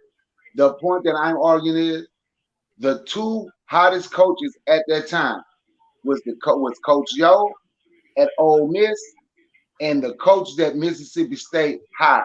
Those were the two coaches that that all the schools who wanted a coach was looking at. I'm just saying they didn't get that much. They didn't get that much off the rip, is what I'm saying. That's all I'm saying. They didn't get that much off the rip. Even at Ole Miss, and Ole Miss got that FedEx money. The coach at Ole Miss is making $1.1 million. She just got a raise. She made $875 in 2020. She didn't make eight. I'm looking at it right now. She didn't. Okay, she didn't make $875 in 2020. Okay, I'm looking at it. I'm gonna say it like this. That wasn't her base salary. That was not her base salary. That was not her base salary. I mean, for that, like, you have to understand, to get her away from Jackson State, I don't think she walks for less than $1 million. She's not walking nowhere for less than $1 million. I'm gonna be honest with you. I think she want to be there, and this just me. I don't know. I don't know, but I think Jackson State. I think if Jackson State would come up with something to pay her, I don't even think she'll leave for $1 million, because everybody's dream ain't to just go for money. Everybody ain't for sale. I'm just saying. I don't know her, but she sounds like she want to be there. Yes, everybody is not for sale. She's already in 2020. Her contract extension was paying $495,000. So she should be around the $600,000 by now. I mean, not by now, but I'm saying if you're gonna do a contract extension, right? If you're already at $495 and you consistently producing undefeated seasons. Exactly, and y'all should pay that woman, and I know y'all will. She deserves. Because see, this is the thing. This is where we get to catch-22, right? What do we want to be? So you got a great coach, right? And you look at the Gonzagas and those little name schools like that. They built the whole school off of a basketball program. Gonzaga was a backwater school, and you get a coach that builds the program up. So we got to start understanding that our coaches are valuable. And we got to be, if we want to play, Jackson State wants to win. Jackson State is right at the point where literally you keep that coach, you're going to start getting excellent players. You guys are getting good players now. So if you get excellent players, you know what happens? You start winning tournament games. And somebody put it in there, the amount of money that you get for winning tournament games pays for your whole staff. Yeah. When you say tournament, you mean like the WNIT preseason tournament? No. I'm talking about NCAA tournament games. They don't pay the women. Women don't. Well, no. I get that, but what I'm saying is they're getting ready to do a new contract for the women, so they'll get money like that, and they still and don't not wait a minute. The conference and the team still gets the money from that deal, right? They don't get the men's money. The men like so. Grambling just made the SWAC $2 million, and then right on Saturday or Friday? No, on Saturday they make another $2 million. So they make another $2 million, right? So Grambling made $4 million. I'm gonna tell you. I'm gonna tell you the school that I'm looking at next, and I don't know. I don't even know how their basketball program is. I just want to see how those parents are in the state of Florida. They got Florida A&M and Bethune-Cookman. The university shouldn't be a black person on the court, man or woman, for the University of Florida, for what they just did. Not only did they get rid of the program, then they fired everybody.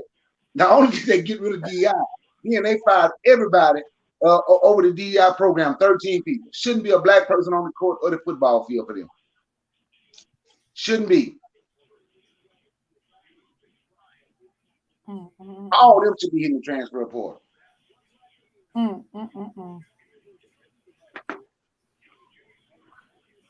And they're still there.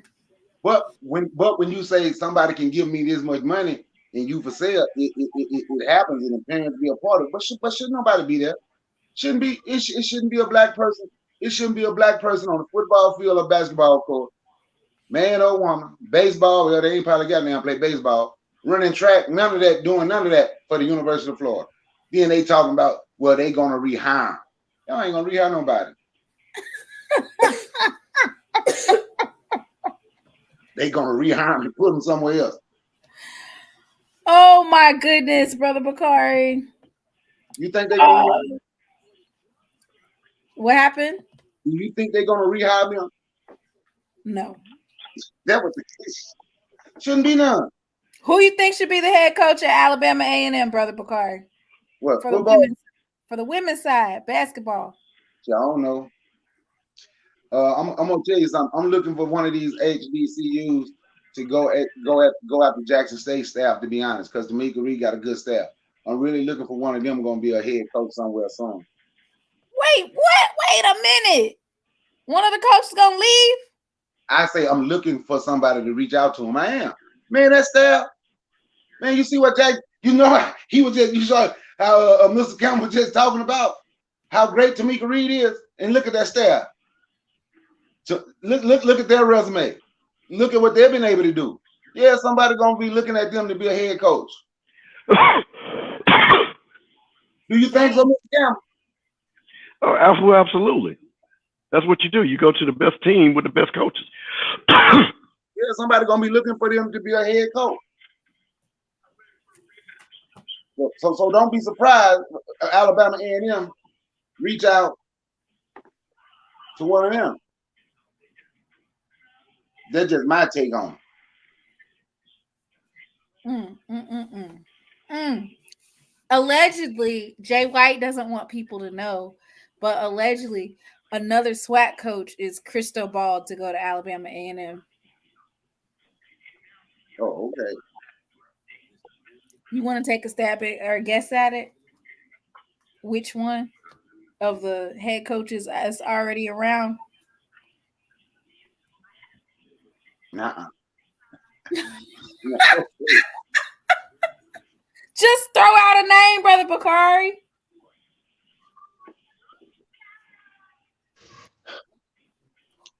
Grambling head coach. I can't even think of the name. Ooh, that coach, she just got there. How you gonna take her away? She throw out a name. Look what she did. She just got there. Look what she did. Dang, you already trying to steal her away? I ain't trying to steal nobody. UAPB coach. Look at Jay White. Listen, so Jay White, I'm gonna tell you what I'm gonna do. I got a connection to Coach, so I'm gonna text her right now. Say, hey, Jay White said you coming to Alabama A&M. Is that true or not? I'm gonna text my friend right now that know Coach Thornton right now. I'll say Jay White's in the chat saying you coming down there to Huntsville, Alabama. Allegedly, y'all. No, I ain't gonna say alleged. I'm gonna say he said it. Right. But you know, something missed. Oh man, I hate when I start stuttering. Something that missed. UAPB got facilities. What they talking about? Our diva with facilities. Something Mr. Campbell said I wholeheartedly agree with.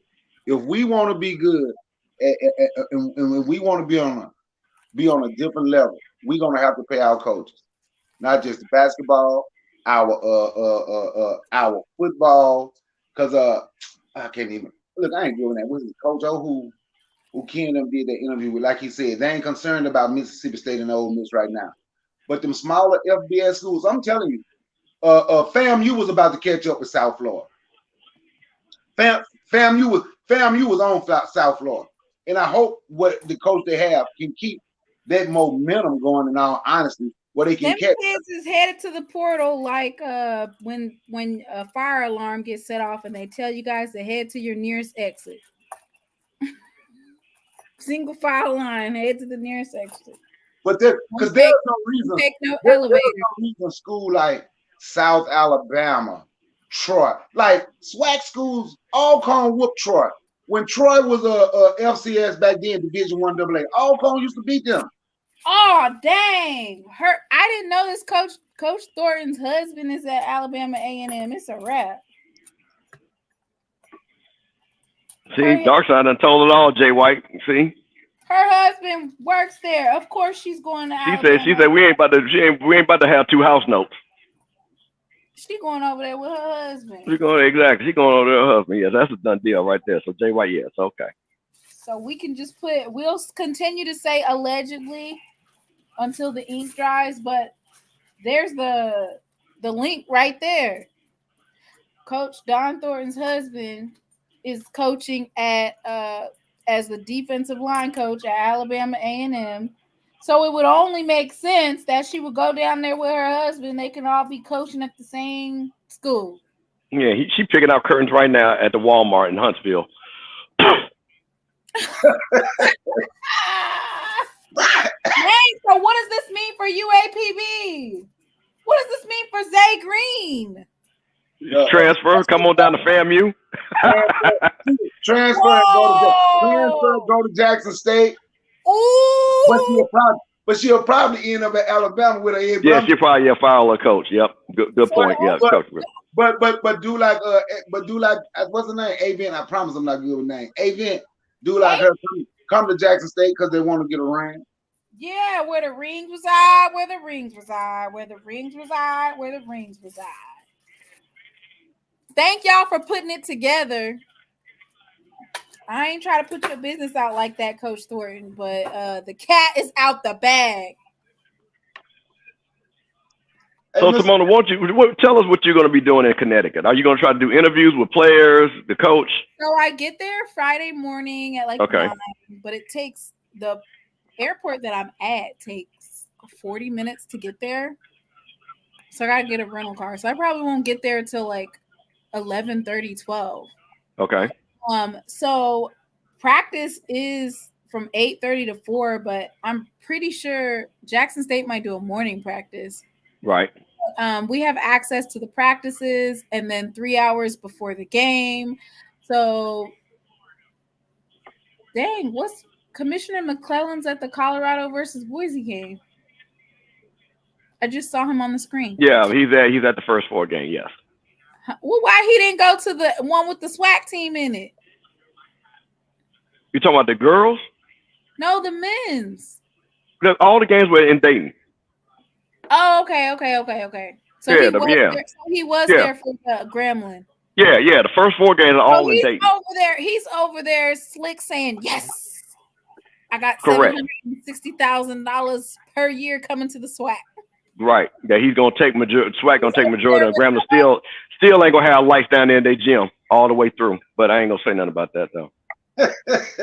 Wait, what? No. If you've been to Grambling's gym, you know what I'm talking about. So Grambling has it's almost like a hole, right? Their gym is almost like that too. But if you go around a certain part of the corner, some of the light bulbs out and stuff like that. That's just people from Grambling know what I'm talking about. Ooh. Don't be talking about Mr. Ford's The school. Hobby Center. Don't talk about Mr. Ford's school like that. All right. So I just saw Commissioner McClellan. But anyway, so tell us what you're doing. I'm going to go to the practices.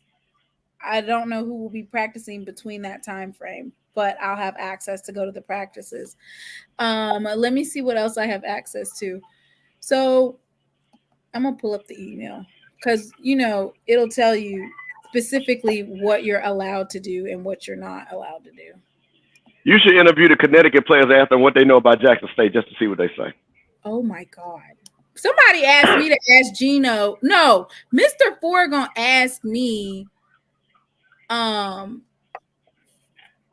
ask him why does he have so many injuries. You should ask Gino what does he think about Coach Reed, and clip it and see. Then y'all can pimp that off there. So look at what Coach Ariema said about our coach. That's what you should do. I should ask him what does he think about Jackson State and Coach Reed. What if he doesn't know anything about them? Of course not. Gino's gonna know. He's gonna know. He's gonna listen. Gino's he's not gonna not be prepared. You don't know. It looks like the first round practice day is from 8:30 a.m. to 4, but I think Coach Tamika Reed might do a morning practice, right? And then 3 hours before game 1. So that means at 10 o'clock, I'll be at the arena on the floor. And then it says to the end of first quarter of last game. So I hope to possibly get some interviews. I need to send emails out, right, to the SID, I guess, of Jackson State to see if I can get an interview. Ooh, A.D. Robinson might be up there. I want to do an interview with A.D. Robinson as well. So that will be Friday. You think I should do it live like I did? You should. Absolutely. People want to see the sights and sounds. I think that's amazing. Very proud of you. Oh, and then getting, of course, the band, the Sonic Boom of the South. Definitely. Hey, let me ask y'all a question before I go. I thought Grambling women made the NIT. They did the WNIT. Yeah, the WNIT. Yeah. Well, when I look at the bracket, Grambling name ain't on the bracket. Well, with the brackets I found anyway, I'm like, where's Grambling? I know they said they was in the WNIT because I was looking to see when they played. They play Oral Roberts tomorrow at 8 p.m.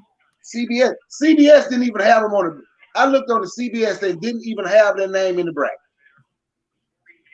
On the WNIT. Yeah, the WNIT. Their name wasn't even on the bracket. I'm like, I thought Grambling.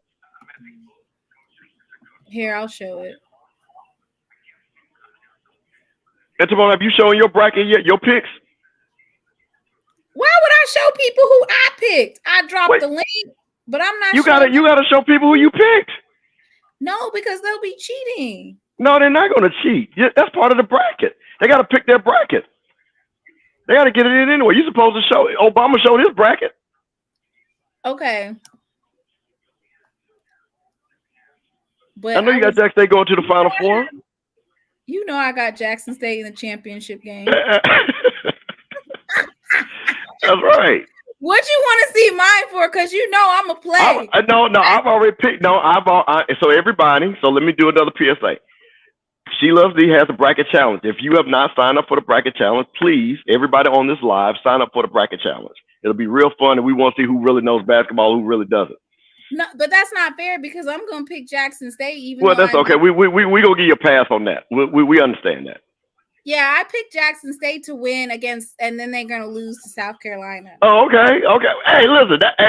South Carolina versus Jackson State. Okay. I have them beating Iowa. Okay, I'm gonna shut down Caitlin Clark. No, Caitlin Clark is gonna be out because she got injured against. Who did she play? Okay. Well, she a white girl. She might get mono. Hey, she got injured in the UCLA game. Yeah, no, she might. This time the white folks get mono around this time. So she might catch What in mono. the world? I never heard that. Okay, so let's see who I got. So I have Norfolk beating Stanford. Okay. We got And the then same. We got the and then same. they lose. What happened? We have the same bracket so far. Go ahead. You Hey, got hey, Norfolk I tell you what, Dragon beating 1998. I tell you what, you show your bracket, I'll show mine, and let's make a bet. See who got a better bracket. Ooh, How about that? Now put your money where your mouth is. ooh. And Don't come you here know starting what? nothing if you can't back it up. So he's talking best. So he needs to put his money where his He mouth is. ain't gonna do it. He ain't gonna do it. So he getting a chat do this every time I'm on. So he ain't gonna do it. Oh, okay. Well, then I'm gonna drop the link because if his bracket is that good, then go ahead and click this link. Yeah, fill your bracket out. Win the money, big dog. Since you know. Right. So it's based off of points. So Exactly. I got North Carolina State, NC State beating Chattanooga. I got Tennessee upsetting because they're a 6 seed. NC State. Tennessee beating Maryland, and then Texas beating Tennessee. Okay. I can see why you picked the Tennessee upstate because of tradition. Probably won't happen against NC State, but no, I got that. Okay. You got NC State going to the Final Four? NC State played in the ACC championship. They were the regular season champs for the ACC. They got upset by Notre Dame. And Notre Dame has a great team. Hannah Hidalgo is an amazing player. She's a freshman. She's a freshman. And Brother Ricard, you remember Pearl Washington played at Syracuse? Yep. She plays just like that to me. Yeah. Yep. So go ahead, Timon. What else you got? Texas. Jackson State's gonna upset all these teams. Yep. Let's see who I got over here. You know, if that happens, they'll make a movie about Jackson State. Oh Lord. It'll be like Remember the Titans, Remember the Tigers. Yeah. Angela Bassett will play Coach Reed. Angela Bassett. Y'all name drop an actress that you think should play Coach Tamika Reed. Right. Sanaa Lathan. No, you know what? No. Sanaa Lathan will play her because she's a little bit younger. Too light skin. She needs too light skin. Yeah, too light skin. We need. Yeah, who would play Coach Reed in Remember the Tigers movie?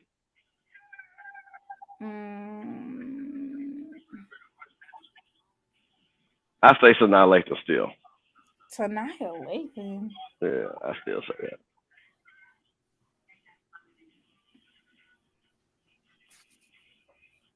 I say Antonio said Taraji P. Henson.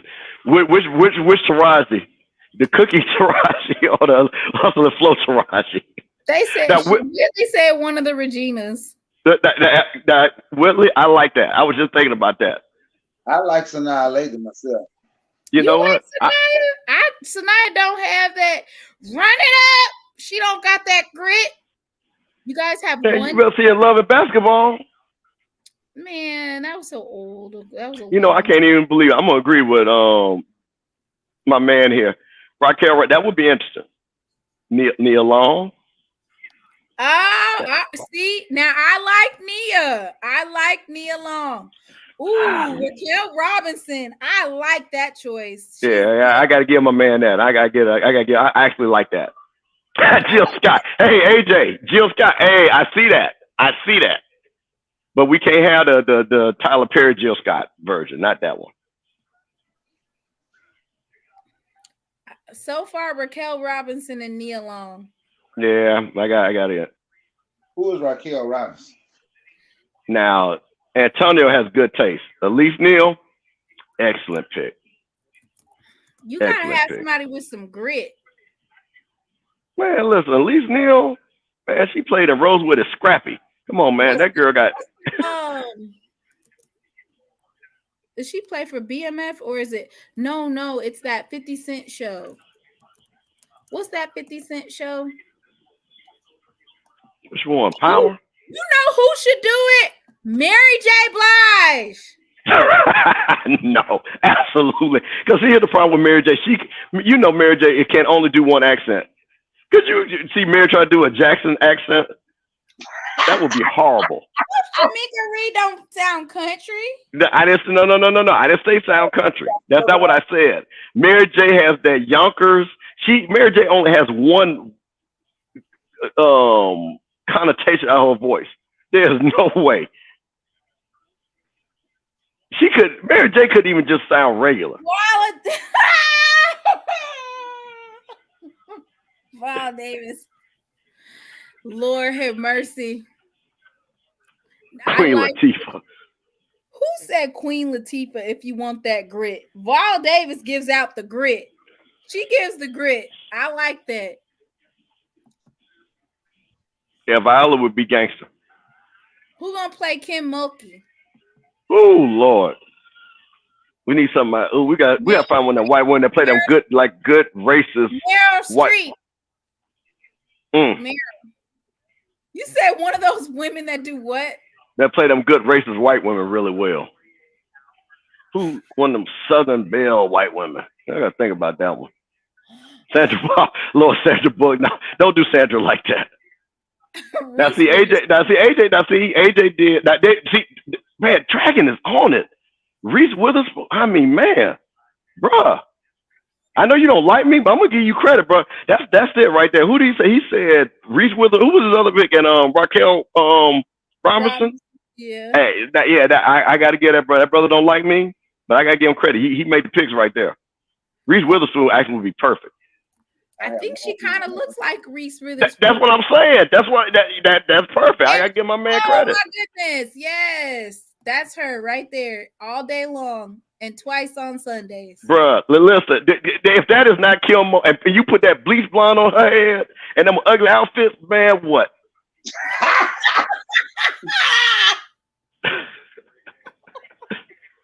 That is Kim Mulkey all day.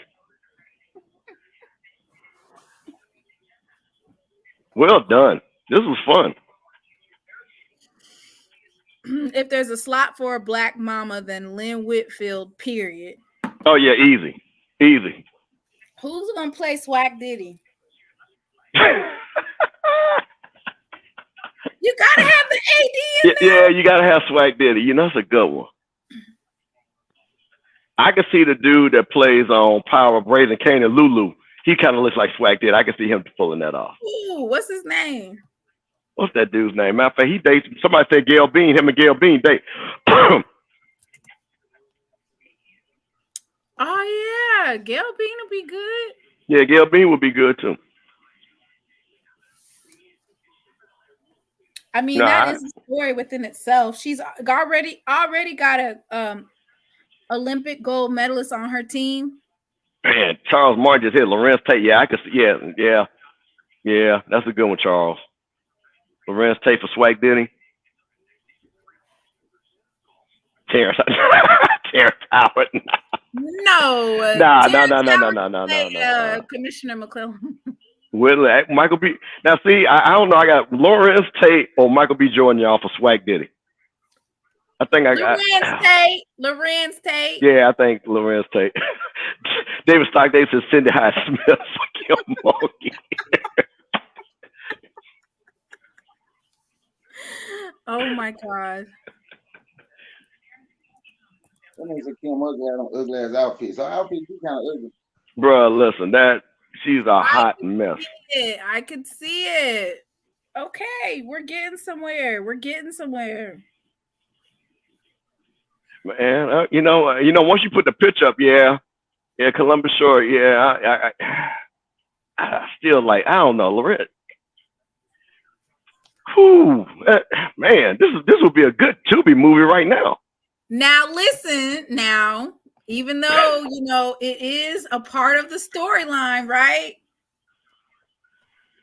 You got to get the P Diddy giving Jackson State $1 million in there.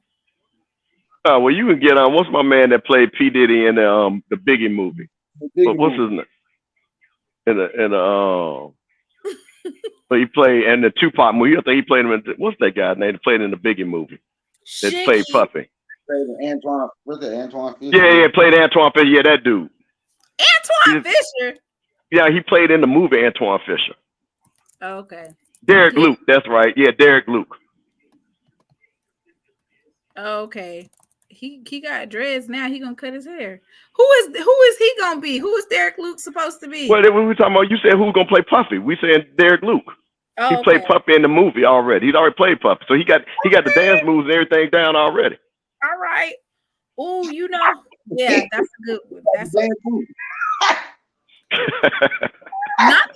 you gotta have a Sonic Boom of the South in there. Somebody said. Well, you know what they say. See, the way you do you know how they do the credit Sonic Boom of the South as themselves. There we go. As themselves. Yeah, you can't duplicate that. You can't duplicate Dr. Little. Well, here's the thing. You can't. So here's the thing. It's kind of like, now. You remember the movie Drumline, right? Yeah. Those were actually band members playing, so you can't fake the musicians. You can kind of get the director of bands just waving his hands a little bit, but you can't fake the musicians. Right. So you could get somebody to play Dr. Little, but you can't get nobody because them moves and stuff like that. Only you got to be in the band to know that.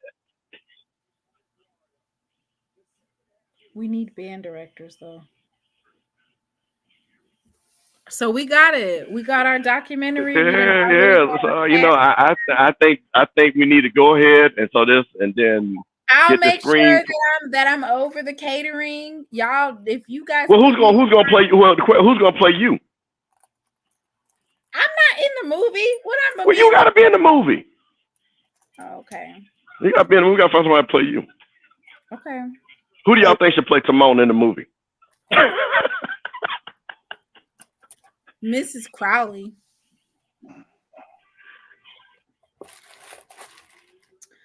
You alone.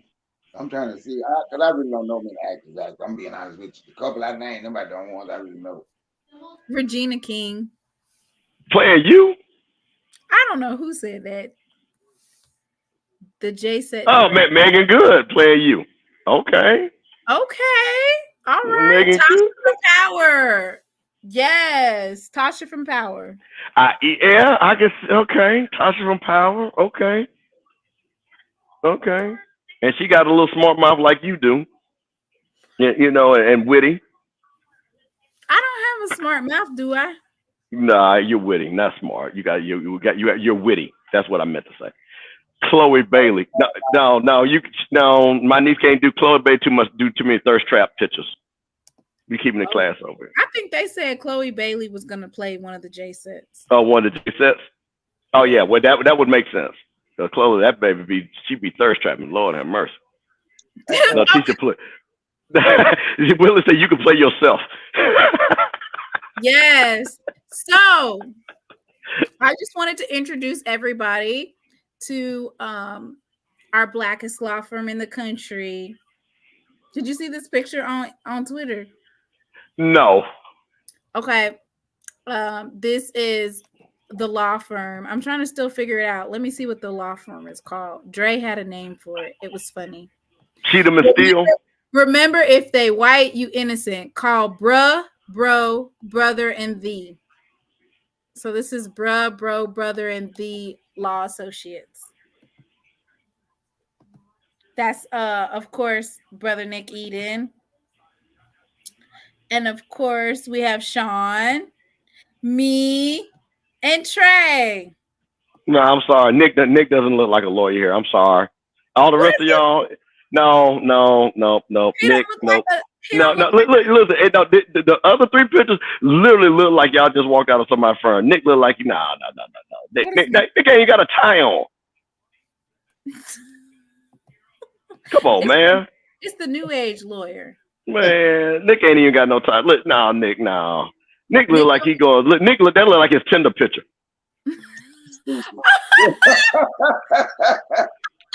Now the rest of y'all look like y'all going to get a job. The rest of y'all got y'all. That look like y'all LinkedIn picture where you go get some money. Nick look like he about to do a Tinder swipe left, swipe right.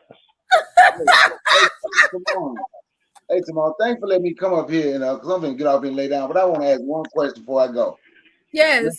Mr. Cam, we on the same. I'm just going to ask you. We about the same generation. I have my thoughts on this. I want to.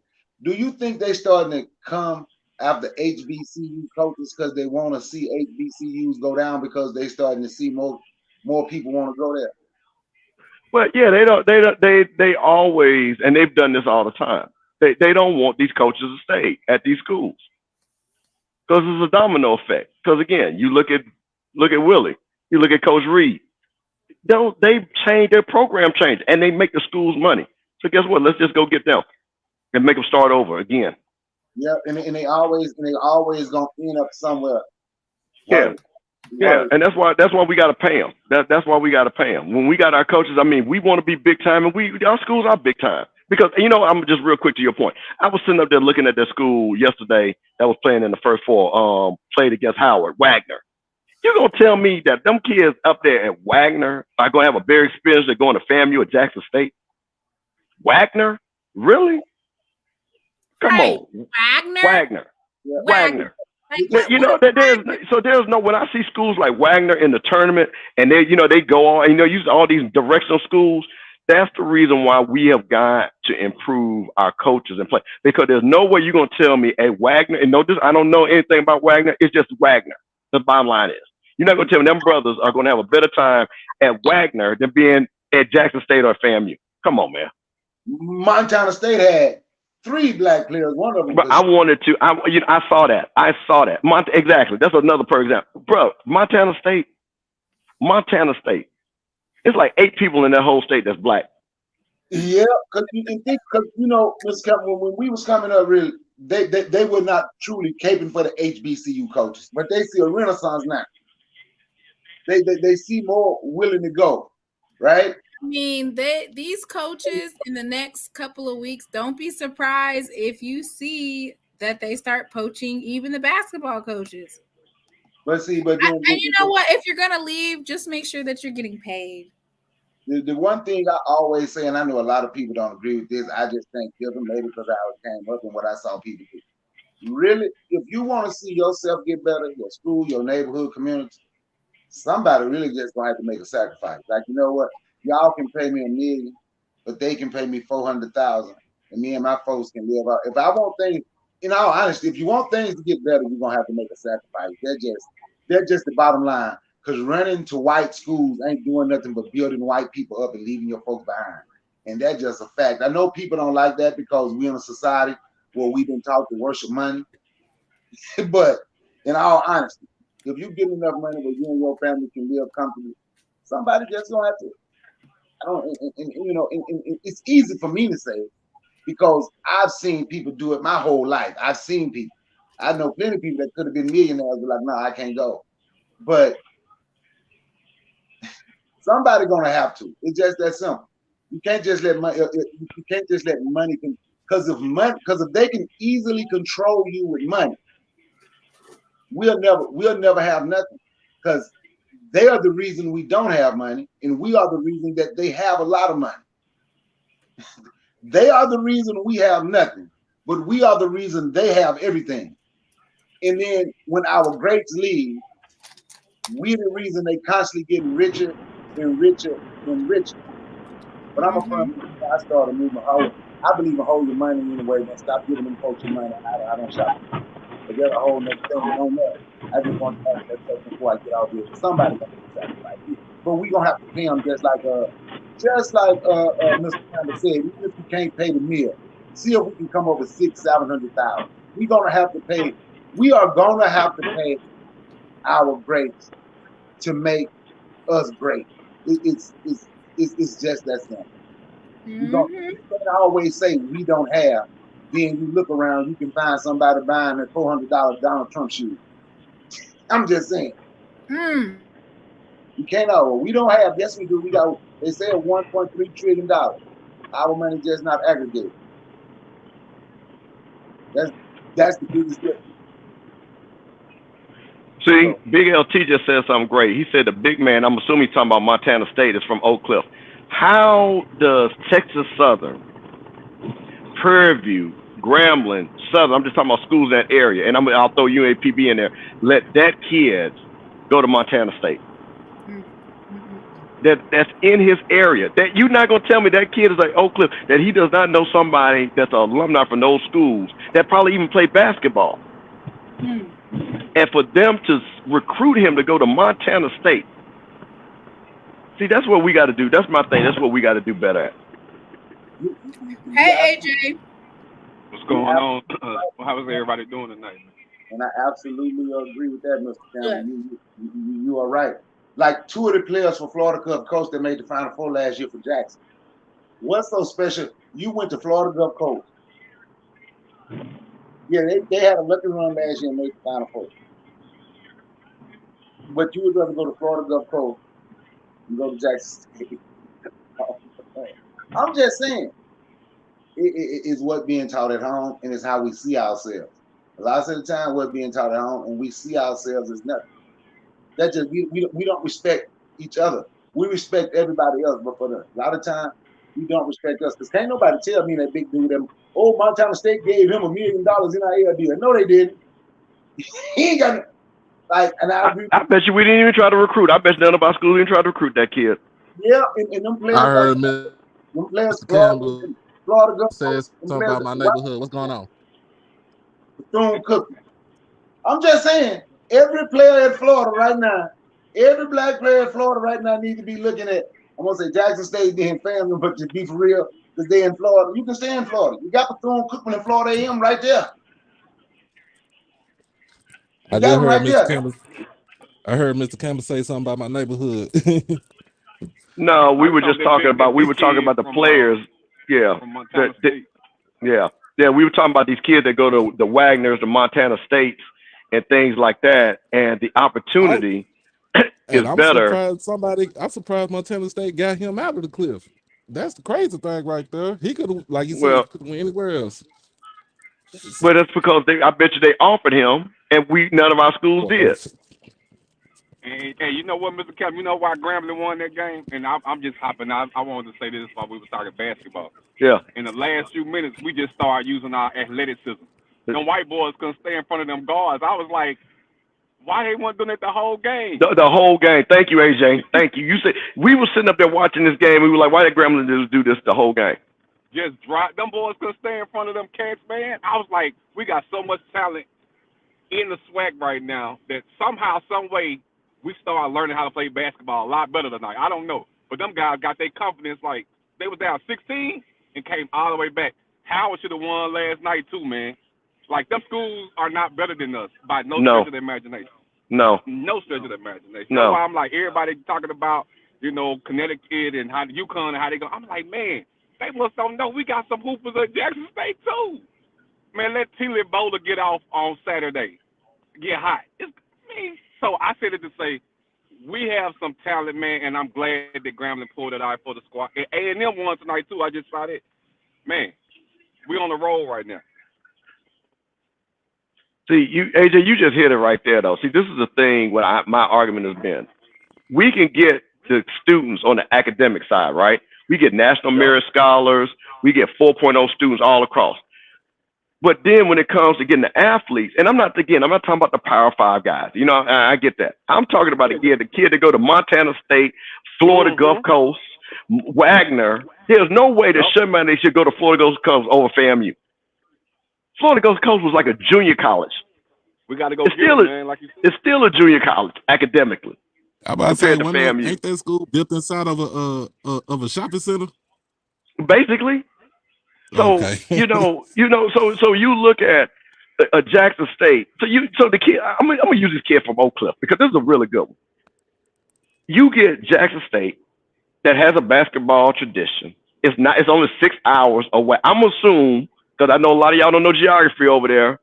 I'm making a joke, but I'm assuming that Jackson is closer to Dallas than Montana is to Dallas. Absolutely. Okay, exactly. AJ, I'm making a joke about the band because everybody was teasing about it. Yeah, so my thing is, you could go to Jackson State, and you're not going to tell me that a Montana State degree is better than a Jackson State degree. It's not possible. It's not possible. How many people can this kid from Montana State call and say, hey, I went to Montana State, can you give me a job? Not only could he call somebody for Jackson State, he can call somebody for FAMU, he can call somebody for Southern, he can call somebody for Grant. Because people going to see his resume and just mess with him like I would do. Oh, you went to Jackson State? Okay. But guess what I'm going to do? I'm going to call my boy over there in HR. He knows such and such. So even just from that point, it makes no sense that we, like, to me, any kid that has got one of them lower level schools on their list, I'm sending them a recruiting tape. Say, come over here to my school. You shouldn't go to Montana State. There's no way. As soon as I hear Montana State recruiting, I'm going to try to snatch him. Because you can't compare it. Texas Southern is a basketball school. Why would he leave Texas and not go to Texas Southern and play at Montana State? I don't get it. And there's, I get it. But he's saying especially get coached by Johnny Jones. Yeah, and there, it's too many basketball players. But what I'm saying is, but I'm talking about and I understand it. It's too many of everything. But I'm talking about the quality. These are guys that are leading teams to the tournament. So that's my point. I'm comparing apples to apples. This Montana State is in the tournament. Wagner was in the tournament. That means they have players that could easily come to the SWAC and be conference champions. So why go to Wagner and why go to Montana State when you could come to a SWAC school and get a better education and a better life experience? And he was the best player on Wagner team tonight. That's right. So that's all I'm saying is that if you are sitting down, if I'm a coach, if I'm the coach of FAMU, I'm coaching Jackson State, and I go and you gonna take your black kid from Oak Cliff up to Montana, I'm gonna be like, are you crazy? You want your kid to go to Montana State? You can come to FAMU and you can major in this and major in that, and our alumni this, our alumni that. You can go to Jackson State and major in this and major in that, and our alumni this, that, and all that. That recruiting is and like I said, I want to see Montana State gym now. Now I want to see what their gym look like. I want to see what Wagner gym look like. I bet you, because Wagner's up there in the Northeast, and them Northeast schools got them gyms like high school gyms. I'm about to say North. So you know Wagner don't have no arena like the AEC or especially FAMU's arena that's brand spanking new. Or even Alabama A&M's. Exactly. I bet you money we go look at Wagner is one of them because that's in the Northeast in New York. And it's one of them. It's on Long Island. It's exactly. You know that's a gym. That and their enrollment ain't no but a little bit over 2,100. So thank you. It's like 2,100. Shout out to Dick Vitale, shouting out Grambling. Yeah, them boys came out to hoop, man. I'm telling you, it was like, hey, we better athletes to these cats, man. Let me just blow past these dudes. AJ, every time to the left. AJ, I'm gonna be honest with you. Like you said last night, Howard should have won that game. I promise you, they had 3 good looks on it. On the 3, the last couple of seconds, should have won that game yesterday. Hey, dog, they shouldn't even been down. Right, they should not have been down. Shouldn't have been down. It just be the nerve of a lot of our kids thinking they don't belong. You know what I'm saying? Like, once they get over that hump, I think just like Mr. Hunter had that dog mentality against Connecticut that time, he was like, man, I can play with these cats. I belong on the court with these cats. He just let it rip. Same thing Gramson did tonight. They was like, wait, we can hoop with these people. They ain't no better than we are. Once they got over that mental hurdle, man, it was game on. Hey, Timona, I want to give you a little small trivia thing. So Grambling's playing Purdue, okay? Mm-hmm. You know Purdue lost to a 16 seed. Farley Dickinson. Exactly. So, and I tell people this, and anybody that follows college basketball, especially my old, Purdue is not tournament tough. They never have been and never will be. They have never been a good tournament. They have never been a good tournament team. All you got to do is just slow down their bigs. Their bigs are the Purdue history, basketball history. Their bigs have never been athletic. I think the only one. Now I can't even say the only one that was athletic because shoot, the only other person I knew that was from Purdue that was athletic like that, but he really wasn't a big, was Glenn Robinson, big dog. And even with that, and Gene K had that bomb squad, and they still lost. They should have went to Right. the Final Four. That's what I'm saying. Purdue will never get to the Final Four. So any of y'all putting Purdue in y'all bracket get the Final Four, I'm telling you, your bracket gonna get busted. Your Too bracket easy. gonna get busted. I'm telling you. They're a bracket Now, bus. Tony. Now, Purdue, if you listen, you go look at the last 40 years and go look at Purdue basketball, and you show anywhere other than that run that they made with Big Dog and got to have, and they lost to Grant Hill and the Duke team that they should have beat. That is the only time they've gotten close enough to even smell it. Oh. Yeah, that was and that was what 90. That was the 93. 94. 94. Yeah, 94. And going before Gene Cater was their coach. And they always would sell when they got to the tournament. Always. Yeah. Antonio, Zach Edey is a letter, but guess what? And they got ran out the gym last year. They got ran out the gym last week in their conference tournament. So I'm telling y'all, any of y'all pick Purdue if y'all want to in the Final Four. I like what I saw from Grambling tonight. I don't have. guys I ready. do not on my bracket. I do not have Purdue in going to no Final Four. No. I don't even think they don't even make it out the Sweet 16. What? Well, I can listen. I'm telling y'all. so I have a bracket challenge for $300. Fill out the bracket. This is for the women's side only. Women's side only, y'all. Women's side only. Fill out the bracket. I just posted the link. It's a chance to win $300. You have one more day to complete your bracket. You have to complete the bracket in full. Who you had winning? South Carolina, right, Mr. Campbell? Yep. Doc, did you complete yours? Last time I seen yours wasn't all the way completed. I should have completed mine, so I'm gonna go back in and look at it. But I got Who you got? South Carolina? Yeah, they on the mission. Why everybody pick South Carolina? But you got to do more than just pick South Carolina. You got to pick the other ones correctly too. Who? I'm gonna have to go in and change mine. Okay, so I feel like Iowa's gonna get upset. I feel like LSU gonna get upset. Yeah, LSU will have an early exit. LSU gonna lose to Don't UCLA. say they lose to Iowa. They're gonna use UCLA. I got LSU losing to UCLA In the final in the championship game. No, that's a Sweet 16 matchup. Sweet 16. Yeah. Okay. Yeah. I at least would have USC women in my Final Four. USC.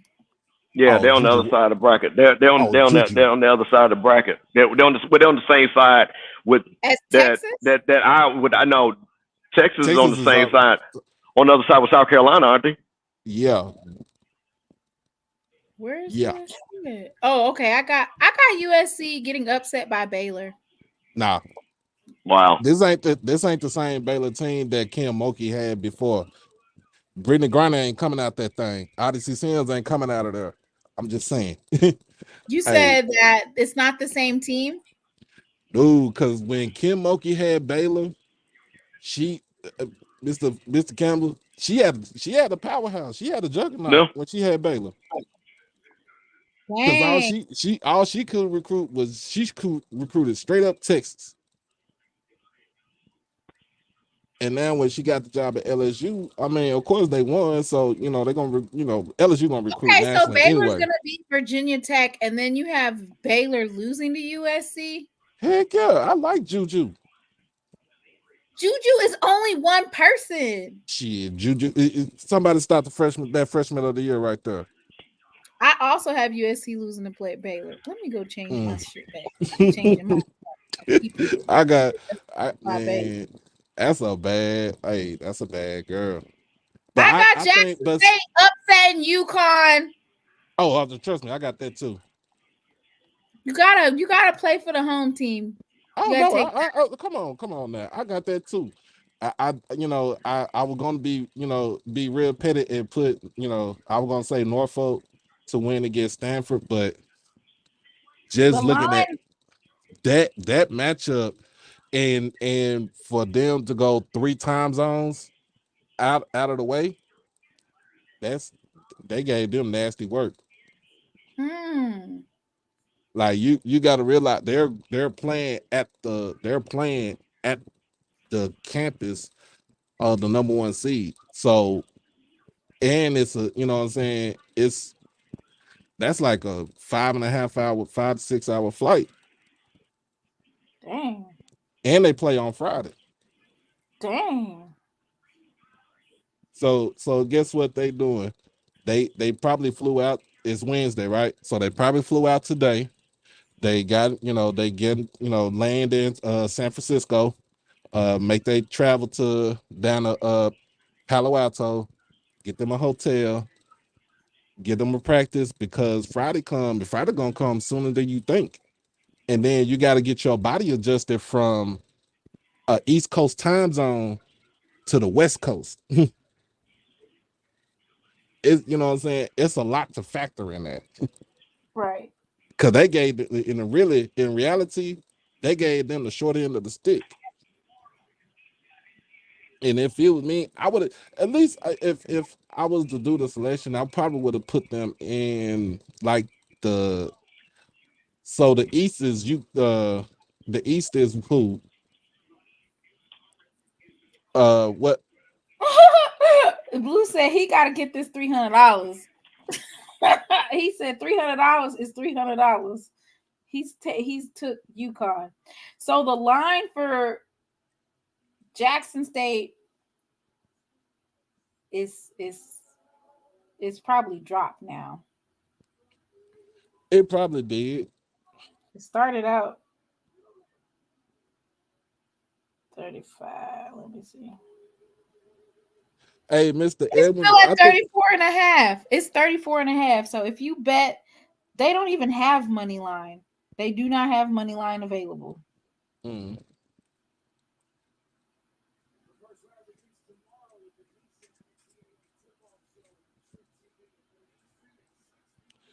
but They're yeah, only going to put a money line on the game that they think another team can win. That's what the money line's for. yeah. So if you bet $500 on Jackson State, you win $954. If you bet no, not money line. If you bet the spread and you bet $500 that Jackson State covers, You you only get gonna win $900. $954 Shit, at only. least that's well, that's rent. Somebody just told me that if I would win $310 if I bet $10. Who told you that? No. That's money line, and I don't see money line on here. At least not at the MGM. And you bet the Here. money line, you just losing money. Who? I'm just saying, if you put the money line on Jack State to win. Shit, you put $10 money line on there, you win about Yeah, I mean, 80. yeah, if you do, now if you do that, yeah. And you just want to take a flyer, if they even got a money line on that game. They don't. They Yeah. don't. They might have it while it's live. Like if the game because they're gonna lose money on the bet because everybody's gonna put the money line on Connecticut. That's what I'm saying. Hey, has there been any more updates about UConn's roster as far Elliot, as the Edwards injuries go? girls playing. Edwards is playing and Paige is playing, and they feel that that's all they need to win is. And you know what they need, Coach Reed need to do? Get them Run the their ass, foul. forgive them the foul and run their ass out the gym. Get them the foul. I mean, you just I just want to know what our defensive strategy is going to be coming out of the gate, because that's going to determine what we look like in the second half. I think we go. Don't she start off? She start off man to man and on defense. Man, I had Howard and Grambling to win, and Howard didn't do it. I'm still the upset Lions, they about the got Howard Jackson game. State losing by 34 points, about 35 points. Yeah. Okay, I could. If I was betting, I could take that bet, but I'm not gonna bet it. You said you would take it if you was a betting. If you Yep. was a betting man, you would take it. I sure would. I think I'm gonna put $100 down on Jack State. I don't think they're gonna lose by that much. Even if they lose by 30, I still win. Yep. They not gonna get ran out of the gym. No, I don't. I'm like you, AJ. I don't think they're gonna get ran out of the gym either.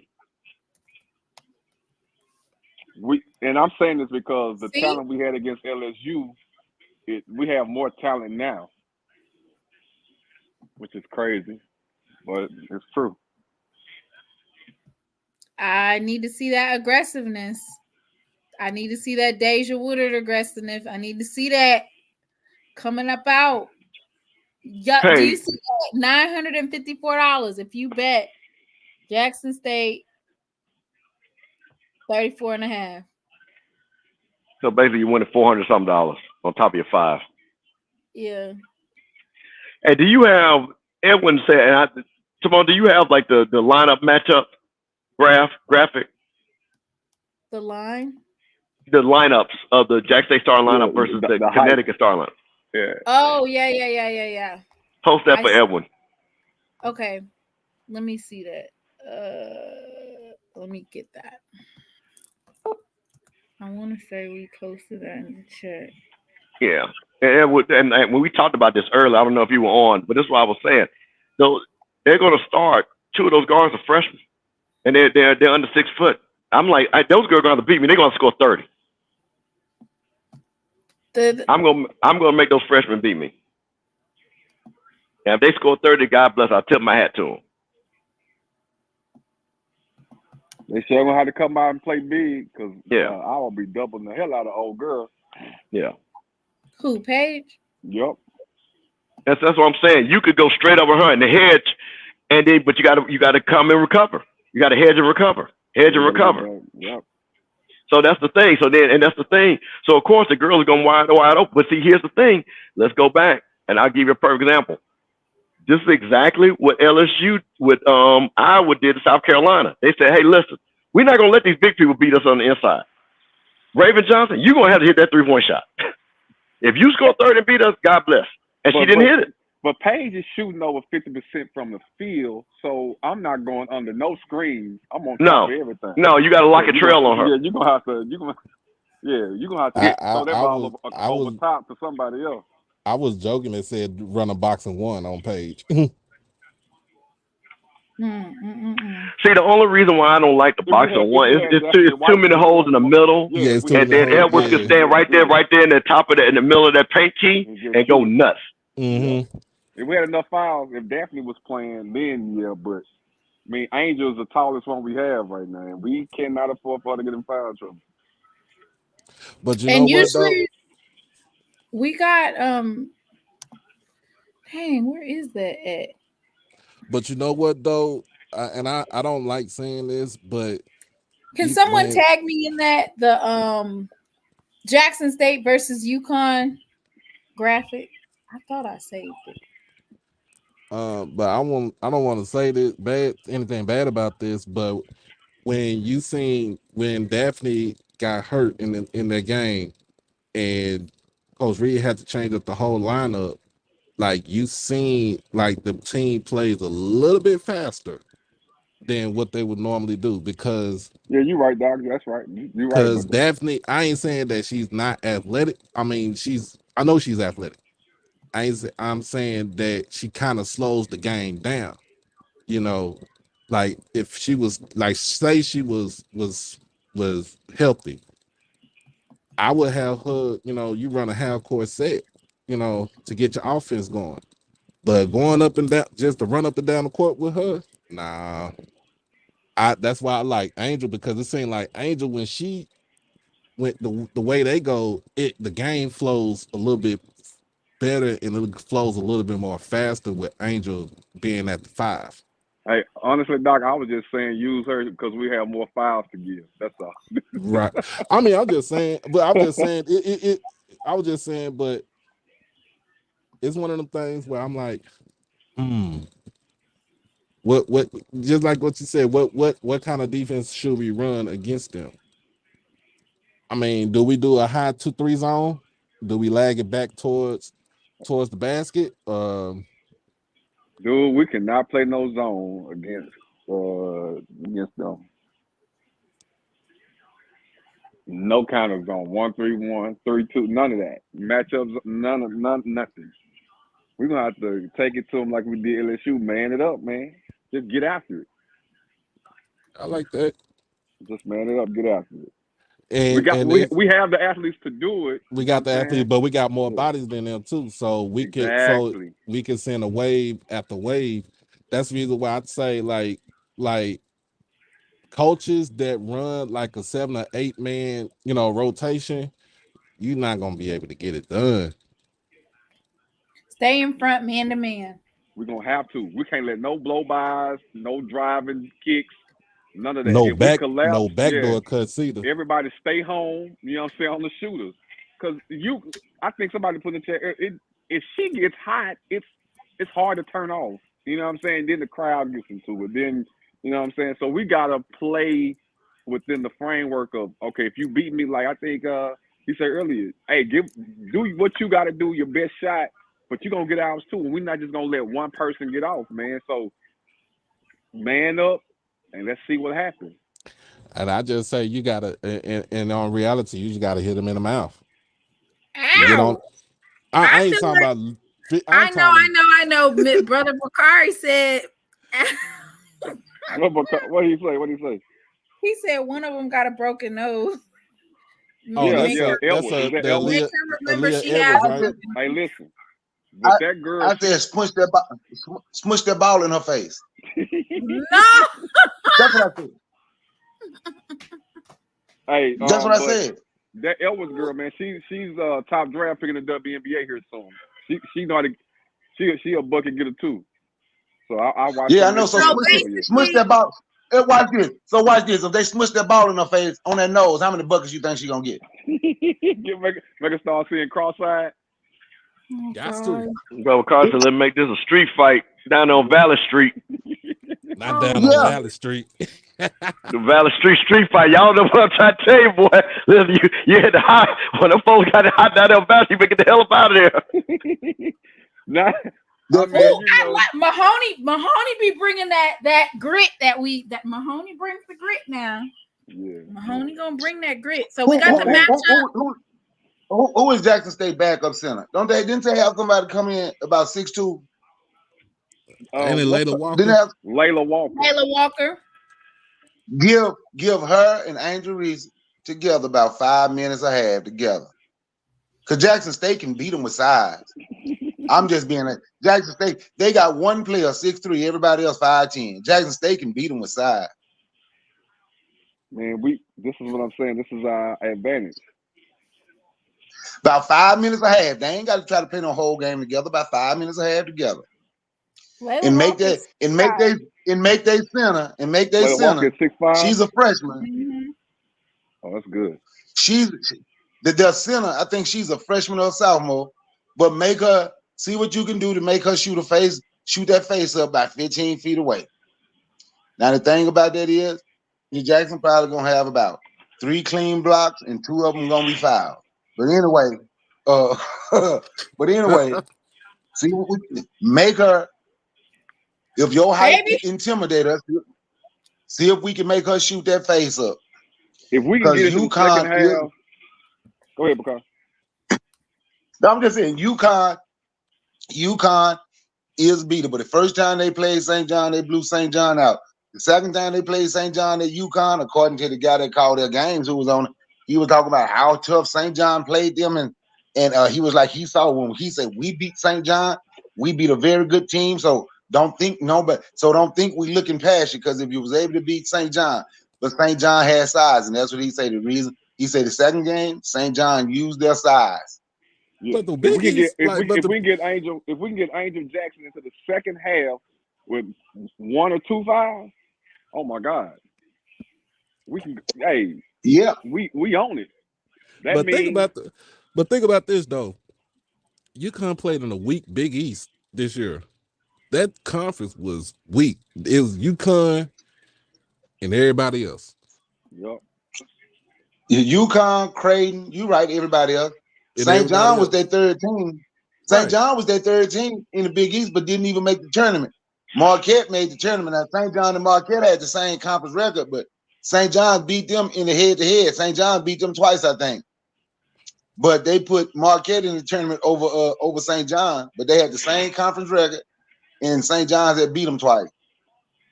Mm. But see, but that's why I say when we talk, like when I was watching, I don't know, I think that was I was watching a Yo channel, Doc, when they first said Jackson State playing Connecticut, and it's like you and the guy who was talking, who was on the panel with you, it's like because it said UConn, people got deflated. Then people in the chat, oh man, we got UConn. So what? You can't let nobody beat you off reputation. Nope. If they gonna beat me, they got to beat me on the court. You can't ever let no doubt creep. I'm gonna use an old military tactic, something we learned when I was in the Army. I'm gonna tell you something. We never talked about what the other people had. When people was getting ready to go to the Middle East, now I didn't go, but when they was getting ready, you wouldn't have known the people in the Middle East even had guns, because you never talk about what the other people can do, because that allowed doubt to creep in, thinking they can do that to you. The only thing, I don't know what the people up top talked about, but the soldiers and the people that were training the soldiers, only thing you talked about, this what we gonna do, and this what gonna happen to them when we do it. And I asked one day why, because they say you don't ever want doubt to creep in your head. You don't ever want doubt, because if you talk about they got this and got this and got this, doubt can creep in. How can we beat them? They got them players. They don't want 10 championships. Gino already in. Narcissistic guy, he a great coach. I ain't gonna give him no. We gonna win. I don't know nothing about Paige Becker. Miles Crump say she wanna. Miles Crump wanna and gonna do it. That's how I see it. Yeah. I'm just saying that's one of the old U.S. Army tactics. You never talk about what the other people got. But you know, Brother McCarr, I'm gonna tell you something. I want to elaborate on that. But see, the great thing about it, when you have experience, like this Jackson State team, they played Power 5 teams, highly ranked teams. So yep, they played Texas. Yep. Connecticut's not better than Texas. No, they're not. Texas beat Connecticut. Texas beat Connecticut just like they beat Jackson State. So that's what I'm saying. So for them, they played in these environments. These girls have been together for a while. So I don't think the bright lights of Connecticut is going to do anything. Honestly, it's about execution. I don't think they're going to go out there and act like they don't know how to play basketball anymore. This team is 2 seasons, and you don't go through the season undefeated in a conference without a level of confidence. And they played a tough schedule. That's why they got a 14 seed. Yep. So I don't think that will be their problem. Nope. I'm gonna tell you something, Mr. Campbell. Something you said, right? When you was talking about those guards, those other players are freshmen, and we got players with experience, right? Do y'all remember when Southern beat Georgia Tech? Right. One of my brothers won $1,000 on that game. You know why he won $1,000? They said Travis Best and the other player, they 2 best players. My brother said, man, them people freshmen. Yeah, Southern James Forrest, and Travis Best, and James Forrest. My brother won $1,000. He said, man, them people freshmen. He said, if Southern ain't scared, them seniors from Southern gonna outplay them. They freshmen. He said, I'm telling you, Southern gonna win that game. He said they freshmen. So that is something that playing into our favor. I think EA was asking who's the point guard. Point guard for who? EA.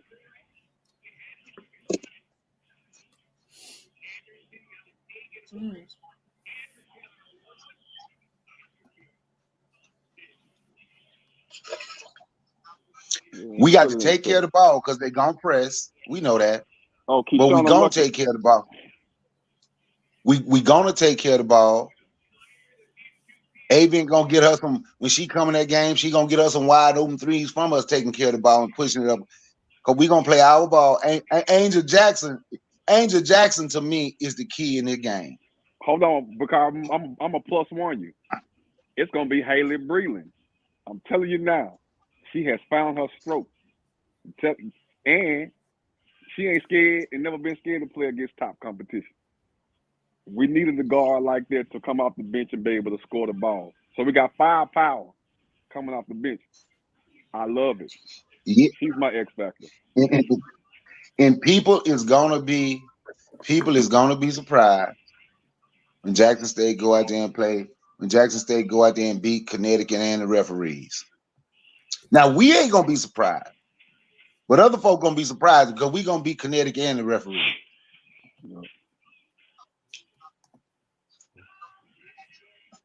But that Because you got to Breland, be able to whoop hey them too. man, listen, her and Avent come off the bench, instant firepower, instant scoring, and we have to score the ball this game. Everybody got to look to put the ball in the hole.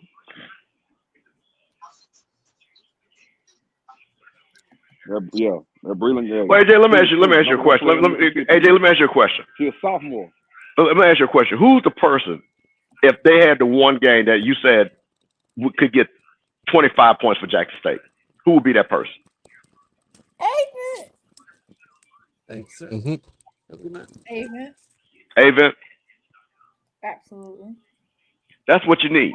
You in a game like this, you got to have somebody who can shoot that is going to get 25 points. They got to get 25. Avent and Crump and Bowler. I mean, that's the thing. Any given game, you got more than one that you could say can do it. Like Bowler, when she's doing 20. Avent has consistently gotten, I think in the SWAC tournament, she had consistently at least 17 points a game. Because see, in these tournament games, it becomes about possessions, right? Because like I say, everybody gets tight. It's gonna slow down. So guess what? You got to get somebody that's gonna say, you know what? She score, I score. She miss, I score. They miss, I score. That's why you got to get that person that's going to be able to say, you know what, I can get 20 to 20. And like I say, 25 is the number. You got to have 25. To match Paige's numbers. Easy. Right? Easy. You got to have somebody that's going to say, I'm going to get and be able to hit those shots. Because you got one person that could go on a 10-0 run by themselves. Yeah. The other thing I question too is because the matchup, Maya Crump and with against Paige Beckers, I know she want to go. I know Maya wants to get a head up. Like she wants to lock down Paige head up. But if it was me, I would send, like you said, I would try to kind of ease Maya a little bit because you want to need her on the offensive end too. I don't want her to be tired from trying to lock down this woman right here. But see, I'm gonna tell you something, Doc. See, to me, that's why you let Bowler and Avent let them be the one scoring and let them not have to work on defense because somebody got to sacrifice something. Mm-hmm. Somebody is going to have to put in the effort. And if you guys are telling me what you guys are telling me, then I want Avent and Bowler. You guys score the ball. I just need you to like this girl down, and that's what I'm telling you. Because once you do that, then those other girls see. Because man, this thing becomes psychological. Because these girls can focus on scoring, and then you say you got your defensive ace. That I got this. Y'all do y'all job. I got this. And then the best thing too, you can switch off. Maya can switch off from Paige, and Tilly can get at her. Yeah. And like it just, what I'm saying? What I'm saying is like bringing a wave of bodies just to actually make Paige work for the 20 points or 25 or however much she's scoring. You know what I'm saying? Whatever her scoring average is. But you know what I'm saying, kind of you switch off like, okay, I'm gonna get the next. All right, you switch off. Let me get her. You know what I'm saying? Like even with Angel could switch off and play just if they go into like a pick and roll or a screen and roll or pick and pop situation. Because she's so Angel's that athletic, like you know what I'm saying. Even though she's a 5, she's built. She runs like a guard. I will say this: they do have a tendency for Crump to call nitpicky fouls, and that's just in the SWAC. Like charge fouls when she goes up for to score down the lane. Kendra said that Hickman should defend Paige more than Crump to keep Crump out of foul trouble. Who is Hickman? Y'all 6th man or something? 7th man? Let me pull her up. I think she's like the seventh person off the bench. Well, see, that's the thing, though. But who you going to sit? See, in theory, that sounds good, but that means you got to sit one of those stars down. Mm-hmm. See, that's why you can't do that. Well, for us, we have like our star power goes into the bench to where you can switch out and have the same pickup. Like Avent is interchangeable, meaning she could actually start, but she's on the bench, right? That's one of our players. So our players aren't just. So Avent, Hickman, and Breland come off the bench for you all and play big minutes. Yeah, Avent is the 6th person. She the first person to come off the bench. Because and then Layla Walker comes off the bench to fill for Angel Jackson. So it's kind of like I feel like they're gonna. That guy said that they use 8 players. 1, 2, 3, 4, 5, 6, 7, 8, 9, 10. We're gonna be 11. We're gonna be 11 deep. Minimum. If you Bowler, Crump, Walker gets significant playing time. Because she's giving Angel a rest. Kishana Luckett, Angel, Zakia Mahoney, Hickman, Avent, Breland. I feel like the coach is definitely going to be switching up with the bench. Hey, Timon, can you pull up the box score from the SWAC championship? Okay. Because I want to see the minutes. I don't want to see the breakdown of score. I just want to see something Well, based off. That one's not going to be really indicative of how they play because SWAC championship they played a little bit different and they actually let the bench have the majority of the minutes. Oh, okay. Yeah. So what about the UAPB game? Think that was close. What do you think that you saw indicative of? Because I'm interested in Kendra's observation. I'm just curious. You know what I'm saying? That's interesting that she said that. That's why I wanted to see. Yeah, on that one particular one, they only had 3 of their 5 starting players play more than 20 minutes. Only of the starters. Right. So Angel Jackson played 25 minutes, Maya played 22, and Tion played 21. But outside of that, everybody else was under that. Okay. So Haley Breland played 19 minutes at the SWAC championship. She normally does not play for that many minutes. So let me pull up. Okay, Kendra, I see you. Okay, I'm just curious. Yeah, that was just an interesting observation.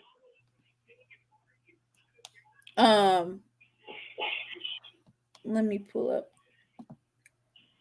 the Pie Bluff.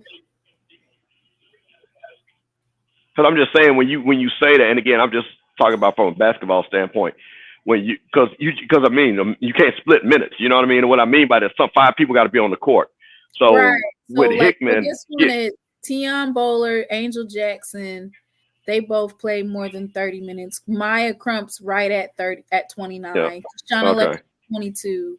Ariana Hunter and Adriana Avent played 21 and 19. Gotcha. And then Zakia Mahoney played 14, when normally Zakia plays more minutes than that because she's a starter. Jalea Hickman played 12. Okay. But that's what I'm saying. I feel like they're going to go into the bench so that they can tire them out. If you're only playing with 8, and they have all those injuries. I'm sorry, I didn't even show y'all because I got this. No, but you have to do that. You have to be like just throw bodies all around because eventually they're gonna tire out. Right. They're gonna tire out because you got your starting 5 and then you got 3 on the bench that's available and healthy. Like Whatever Gino Just so does, that he's you gonna. could run, like you could run them fast pace with some of your bench players. You could run them fast pace on top of just when. And you know what? Also, you got fouls to give. Yeah, That means you can get really aggressive with your second string because you got fouls to play with. And Luckett is one of our. Somebody in the chat said that Luckett has to be the star in this game. So Luckett, a lot of times, what will happen with her is that she is the main player that draws the fouls, right? She's able to draw fouls, but she needs to be 100% at the free throw line, which we know that she can do it because she did it earlier in the season. Hey, let me ask y'all a question: is Colorado still Black America's team? Does that apply to basketball too? I'm just wondering. no. Okay, I just wonder. Okay, and then I see too many black folks rocking with Colorado basketball, just football. Okay, I got Unless your name Chauncey Billups. you. Oh, okay, yeah, okay. I heard they was having, record black folks say they was trying to go up to Colorado. I just wondering,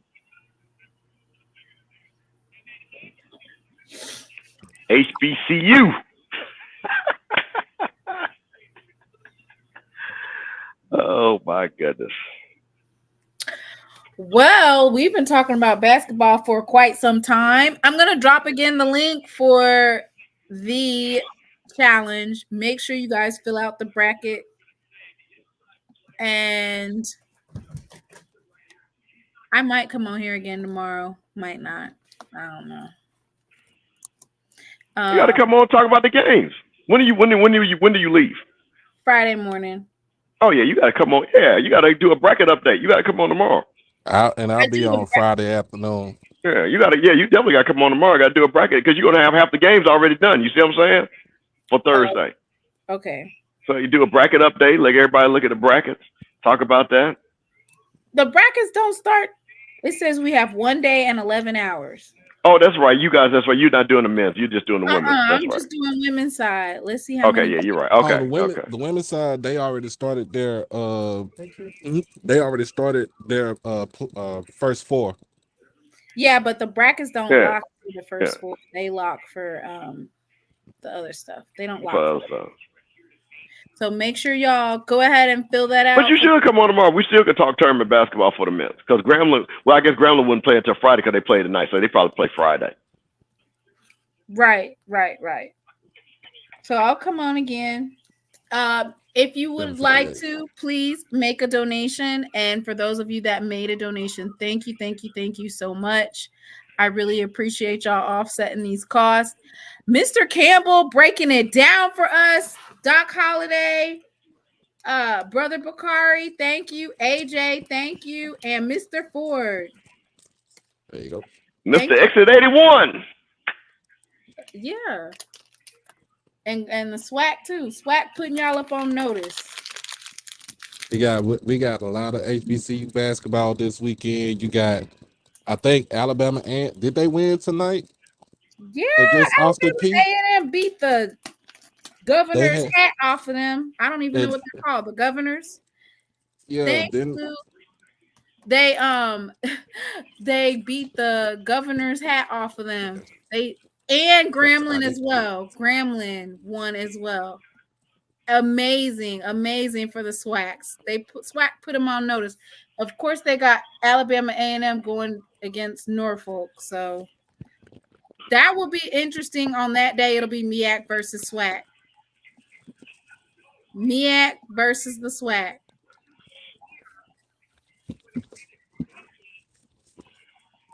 Well, great show, Timona. Great show. So, hey, y'all donate, support my HBCU niece. She's going to be doing some great things in Connecticut. She's going to be looking good, representing Jackson State, representing IWE, representing her family. So, y'all send her some money. Send her a couple of dollars. Thank you. Y'all have a good night.